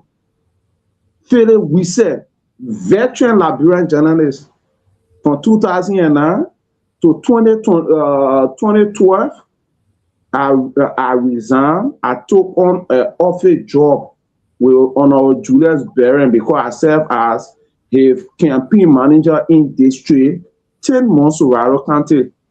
When it comes to legislative politics, we've been around for long. People then who don't know much about politics and don't know the politics in this town, they should shut up when we are talking. We are not their made. They have never won even primary position for any political party in the country. I won primary position for the formidable political party in this country, CDC, in this town. I have history of producing lawmakers in this town. So when it comes to experienced people, then I understand Monserrato politics and Liberia body politics. They need to listen to us when we are talking. You see, the process of law making, that particular bill that he is talking about, to open a vocational technical institution in Tapetan. It went through TV Ministry of Youth and Sport TV program. At that time, Peter Beman who is now the COS of Deputy Speaker Thomas Farah. He was a Deputy Minister for TV Program at Ministry of Youth and Sport. When people come to the program, you should allow us to ask them the technical question. And when they are not informed, they're just speaking from the surface and they just want to blindfold our people. Let us provide them and give them the information. It went through ministry. You know who are the chairman on judiciary at that time? The former speaker, J. Fanatic Kofa, was the chairperson on judiciary. That bill was sent to him. You know who are the House of Representatives chair on education? Who did a joint committee work together to have that bill? You know, one of the co-sponsors, it is now today Vice President of the Republic of Liberia. At that time, he was going for the senatorial election in Nima. It was his senator's bill to tell the people of Tapetan I co-sponsored the bill to bring vocational institution here and true president where you need to vote for me. When people come here, they should come to national platform with sincerity. CEO, I don't have nothing in life but my integrity and my sincerity. Nobody can take it from me. I'm a typical inlander and will believe in true talking. My entire family. That's why my generation will build Gaple Mission. We want to build how you call it Gaple and Palm Mission. Our family are still there. And even can't play in our school, can't play in our church. Our family are a historical family, Christian family who came up with sincerity and honesty. When people come to national platform, they should come with sincerity and honesty. Not fakeness, not election e-project. We are not in election time for you to be on election e-project, election rhetorics. This is not fair to us. And Lorena there, I'm trying to be very much disappointed in Lorena. She come here, she don't have information, she just talk loosely. This bill was sponsored by now VP at that time. The Darwin Group, all of them, they were supporting the CDC with the CDC agenda. And now, Vice President of Republic of Liberia, VP Kun, he was represented in the House. This bill passed in the House. And it went to the Senate. When it got to the Senate, it got stopped. So when you are speaking on such an issue, this is why they're having the ACA department in the House of Representatives. You know why the ACA there for? When bill is passed, you can pass a bill in the House of Representatives today. When it passed through the Senate and how you call it, the president's son, they go right by the trace. Who submitted that bill? Who was the first lawmaker that submitted that bill? Who are those people that co-sponsor? Who was the chairperson on various committee? Because the House worked through committees. Who was the this? Who were the people who are joint committee that worked for the bill to pass in the House? I only asked for a simple acknowledgement, and they got in their feeling. Lorena take it to be her regular shouting competition because all she know is to shout on this platform because she come here uninformed, not even knowing the discussion and the issue. And that is sad for people there who say they live their whole time in America. They can be bragging about educations from the best country and the best learning environment, and they come to this national platform and they are not informed. They just be shouting here. It is quite unfortunate. And when we come here, CEO, let us be sincere and tell our friends some of the hard facts. We only spoke of acknowledgement. This bill, it was the CDC. All of the lawmakers that supported at that time, look at the MDR, and the CDC were in collaboration. Which you, CEO, you are aware. But you stopped me, you said, I cannot ask your guests that question. I understand, I respect you for your view. Because there are certain things that you can call out to error.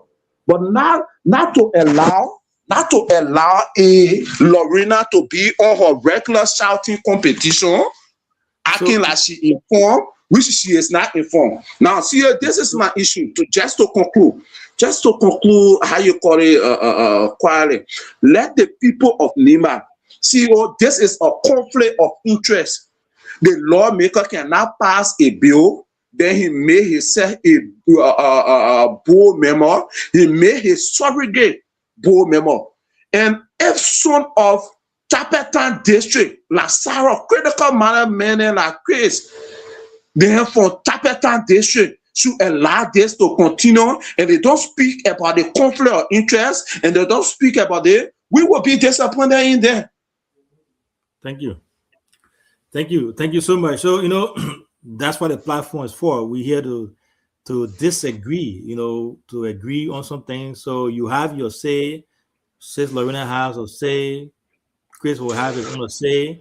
Chris comment. If Chris tells you I'm not going to agree, I'm not going to acknowledge the fact that I came from CDC, that's his point. That's his view. He will make his point. So that's why I make it intellectual. Then you come and give your fact, debunk the assertion or point with fact, without going after her personally, without wanting her to say what you want to say, what you want her to say. So, but overall, you know, we can disagree. You come and make your point. You're a citizen. She's a rescuer.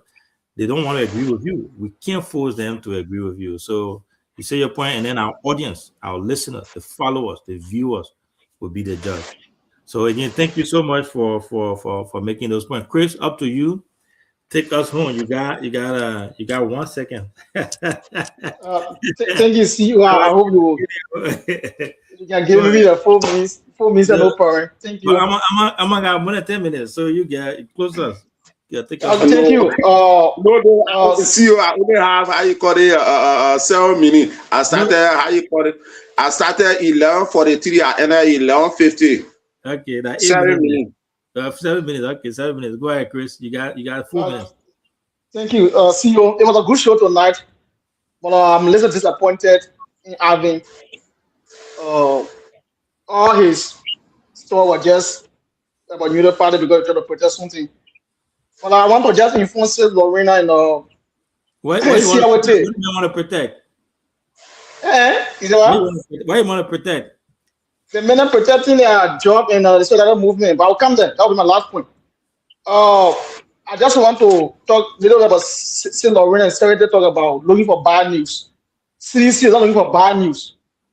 Well, I think CDC need to go back and Sis Lorena to go back and think about their strategy having before they go take their bad picture and be posting on social media. So the Unity Party that good along one. They will go take their bad picture from the don't side and be posting on Facebook before when in opposition. So they stay in that move. They stay in it. So since you will not go look for bad news outside there for the country, that you people will do, taking their bad picture, posting on Facebook, writing all about national team for the country. The Unity Party will do the CDC. They will damage the email of the country. CDC will not do it. They are mature party. They will not do that. Like Unity Party people who are doing it. So I want for you guys to get that. And for the bill issue, I'm not saying that I'm not informed about the bill.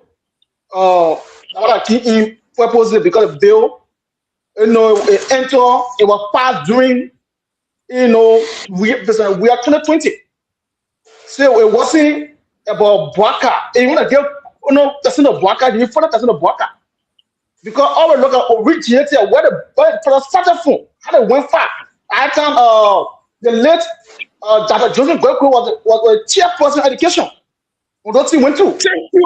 Thank you. So I think she has to do fast tracking on these things.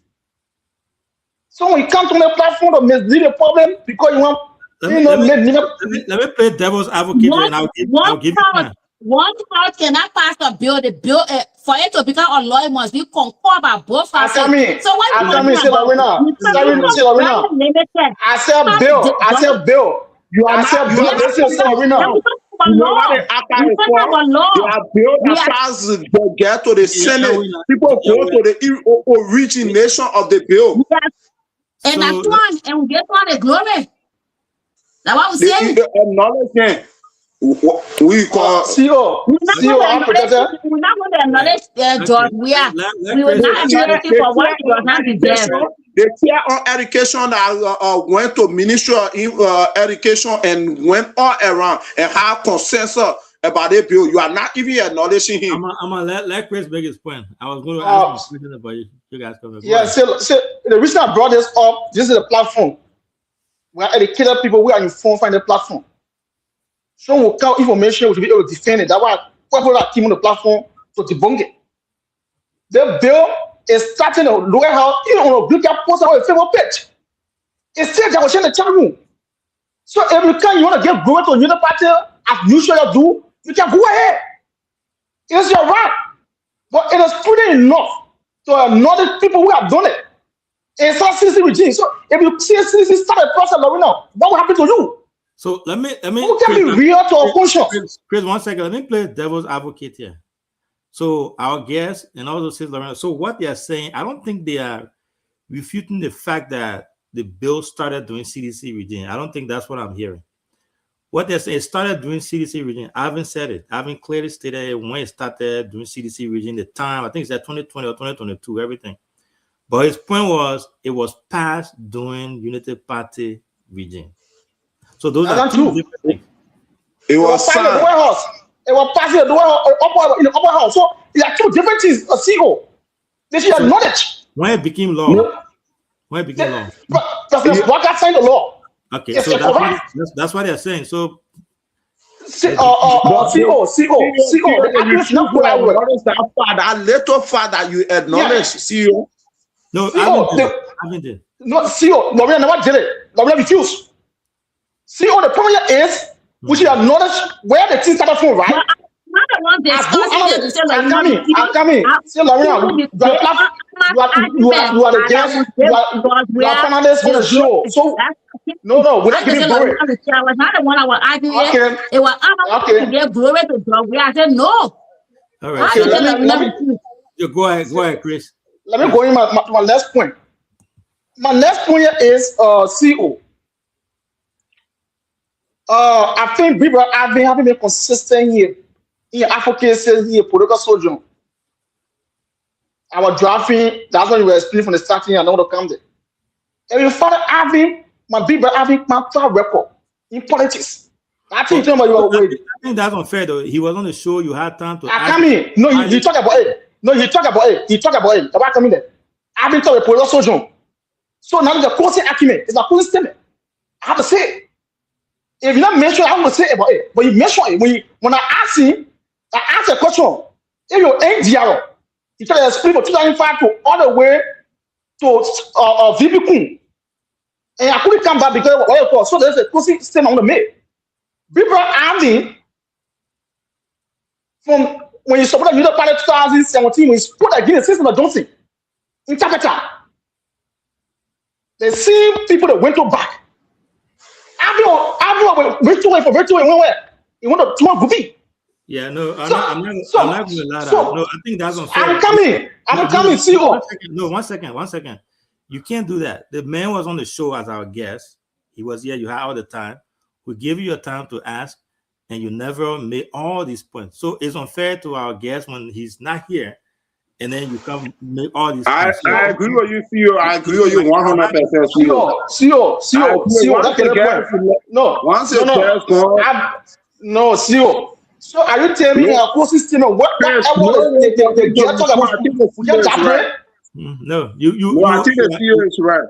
You are going after the main character, talking about the man. I'm not going after him. He explained. CEO, the man explained. CEO, the man explained. Yeah, I come in. Bros, I come in. Okay, I'll leave it. I'll go to the next place. Okay. No, different thing, yeah. Yeah, okay. See, I want to talk about the people at Tapeta to go to school, the upper Nima. I think what Jay said to the people at Tapeta, when it comes to education, Nima, do your record, do your part. No, I was saying on the show. 17, when you talk about education, Nima, do your record, do your statistic. So the people at Tapeta understand the most important education. That's why if you're volunteer putting up graduate for Liberia, you see higher ratio number your TA for Donima. The past 10 years. Do a statistic that you really know the more numbers. So the people at Tapeta, we understand education. So you don't have to remind all the say, you may do the upper Nima people going to school. So do you don't go to school? I think that was Jay said to us as people at Tapeta 70 and I think that's what the be so. And the last thing is CEO. the budget for that, I'm critical. I support the idea. I support it for trying to have a very decent building or learning environment. But the money in the 10,000, I have a 10,000, right? You can recall that? Well, you know, he knows at 30,000. He said how much? He said 300,000 approximately. Approximately, okay. Is that exact? Information I'm getting, not 300,000. CEO. Even 300,000 cannot start the process. This is the first thing about. A college, for example, institution will be built. Okay, you know, and then to again, I'm not backing you or anything. So, but my role is to make sure that the discussion is fair and balanced because he's not here.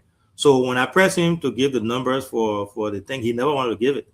He said there are two sets of numbers: the one that is in the budget line, and then the one that the Tapeta people themselves are raising or have raised. So he was not able to give the exact number. Who they raising it? CEO. Again, I'm telling you CEO. I attended meetings. I know what I'm talking about. I attended meetings. Before I go in Kenya, I don't want to turn the show too much on it. I know what I'm talking about. So the issue is, what I'm saying here, what me on it? I can see it. That money is not enough to establish or to start process on it. CEO. Would it be real? Right? So the issue is, I'm happy for interpreter. But the key responsibility is this building having no survey now where it will be interpreter. I've been talking about no survey where it will be. There have been no area secure. There have been no location. Interpreter. But now they're putting people. They are putting people. What the president should have done, I think someone they're the president or CEO. What the president should have done is to set a committee that will spearhead and build those area first. After everything, they appoint people. There's no building interpreter. There's no building.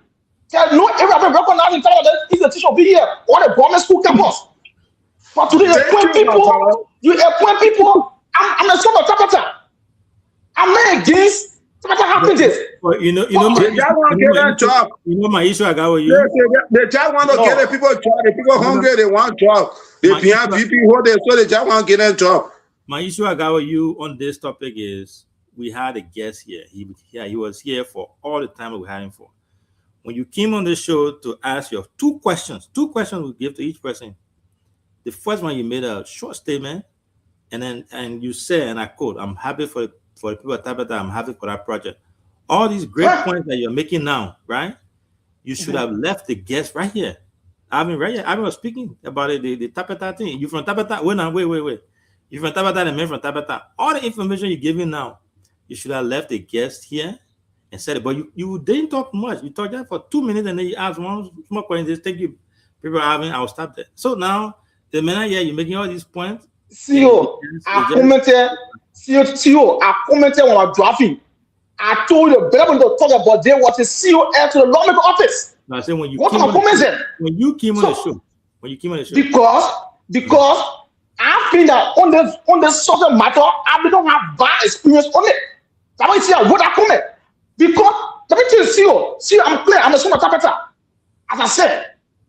But I'm taking the consideration of these things, right? The president should have set a committee that will go and do survey interpreter, maybe you start the project. Before you start appointing board or just that institution. There's no area interpreter. Maybe you can get it, maybe the bonding can go up tomorrow and say, oh, this is a building interpreter we don't use. But no area interpreter. There's no building runner interpreter. That we can say, oh, the students are tomorrow. So I think they may land the president somewhere. That's my argument. That's my debate. But again, I'm not against the president of interpreter, no. But I'm critical on the procedures. Those procedures. It is the first time in Liberia history that no building is built. Then they appoint president for technical school. So I'm critical. I'm not against it. Technical College was enacted into law with no building. They're using a high school campus. It happened with the past administration. Don't just talk because you want to talk in that. Technical College. Think about it. It doesn't have a building. They're using a school. Yeah, Lorena, yeah, allow me to come here and prayer. So if you What I put it know, out there, if you I tell you support, from data, I think Hey, from facts. Chiefo, I don't is care that what you got normal? on for. Is that conventional? You live in America. Have you seen that happen in America? No, Is that man, you want to take it conventional? on United Party government. Is So I that just telling you something. conventional? You Is say that you laugh, you conventional? say United Party You government, keep like, yeah, on never happened watching before, but it agenda. happened during CDC time with a grandkid. Chris, please, let, He let's didn't say anything about it. So that they deceptive attitude you are trying to point out, because when it How you happened call it? with But see, grandkid, he didn't say anything. when Lorena is Even talking Lima here and University, shouting, Lima Lorena, there's University not is a using shouting our competition on multilateral how they campus. need It's to not a end. full building there There's that we not a should know regular also. shouting competition. What happens to you? There's not a regular shouting competition. If they misinformation, I will rebuke Chris, you. go ahead. But it's she for. okay, thank you. No say Lorena was determined from. They say Lorena will come on the platform and defend these things because it happened yesterday, so it happened today. I'm so frustrated. This is no, I'm coming. This is no, I'm coming. My No, I'm coming. for Amma to start Why you laughing, can't they stop got her? You can't mute her. Why you can't mute her? Lorena, let her. That's let why I Chris saw the directive. You know, the reason we're saying this is a wrong procedure, say Lorena. It's a wrong procedure. You live in the Western world here. You with you, It can't happen. I agree Yeah. with you. But Amma making it seem that United Party invented. I want to say why he didn't talk when having to Grand Creek University. Even Nima University is now you see that You open there. keep You on see rescue. our multilateral You building. keep on That's why I rescue. pointed out. Everything you can say CDC did it, so you're doing it. Then what thing new you're doing now? When we say I'm not you're not gonna doing do it. nothing new, I say no, we're doing something new. Chris, go ahead. Yeah, so as I was saying, I think they misled the president somehow. What the president should have done was set up a meeting. It can even be sworn by the VP, no problem. There should be a committee set up that will go and do surveying capital. If they will use the government school campus or they will have a 3-4 acre or 20 acres, the city will give to the people and start to build the school there. All this things we have done. It never happened. I think the meetings, I know what I'm talking about. I think the meetings. So it is frustrating. Why there's no institution? They appoint president board this. I'm not against those people. I mean, they just show them my own people and say zero. Mr. Tua is the own people. One of mental interpreter. My mother come on my own woman. I'm not against any of that. But the reality here is, I think the president was misled. It wasn't right at this time for the president, appoint president for institution to have to be, you know, recognize the time and say, oh, this is the building we use. There's no location. And come on, you appoint president. So what else the president going to do? Sit for another 1 year and start lobbying around? It's so frustrating. I think President Biden was misled on this. So again, it's a good show. And now before I leave CO, I've been talking about solidarity after that day. I skin 90% are with me. Me posted and I still last in the show. 90% of the people who on our solidarity movement are supporter in Diaro, are supporter UP and the friend of Jamaican, friend of J. Thank you. Those are people that are also that movement. Thank you again to our viewer. It was a good show tonight. Thank you. Thank you. Thank you. Thanks to all of you. Thanks to everyone for coming. Thanks to my brother Alvin Kwan for coming tonight. Again, he has some network issue. Regardless of that, he stuck around and he made the show a really good one. Thanks to our followers. Thanks to everyone. We'll be back here again tomorrow. We'll be hosting some of our brothers from Tapeta. Chris, hopefully you come again because we in Tapeta this week. We're not moving from Tapeta. We're sticking Tapeta this week. Yeah, to reach out to Tada to invite Tada to We don't got Tada. the Tapeta Development Association in America. Oh yeah. Yeah. They have in their school issues, so we'll be able to get some, verify information. We got one of the big person coming on Saturday, Dr. Kwan. Dr. Kwan is the main person. Dr. Kwan was on a soft meeting with the recruitment for that both person. Yeah, so he and Dan Dennis. Those are people you get around. Dr. Kwan will be our guest on Saturday, so he will be here. If people want to be taking salary. Yeah. I have a salary issue. So thank you so much. Oh, don't take salary. Thanks. Oh, they only get compensation during a meeting. That's salary. Salary. No, it's not salary because salary is monthly. Until the meet, they don't get that. Until the meet, they don't get that. It is a You too salary. late. We'll be back here again tomorrow. Thank you Well, so I much. don't for argue with joining. it. You This is guys just have a the good reason night. that But how I you don't call call it? But you know what you somebody say.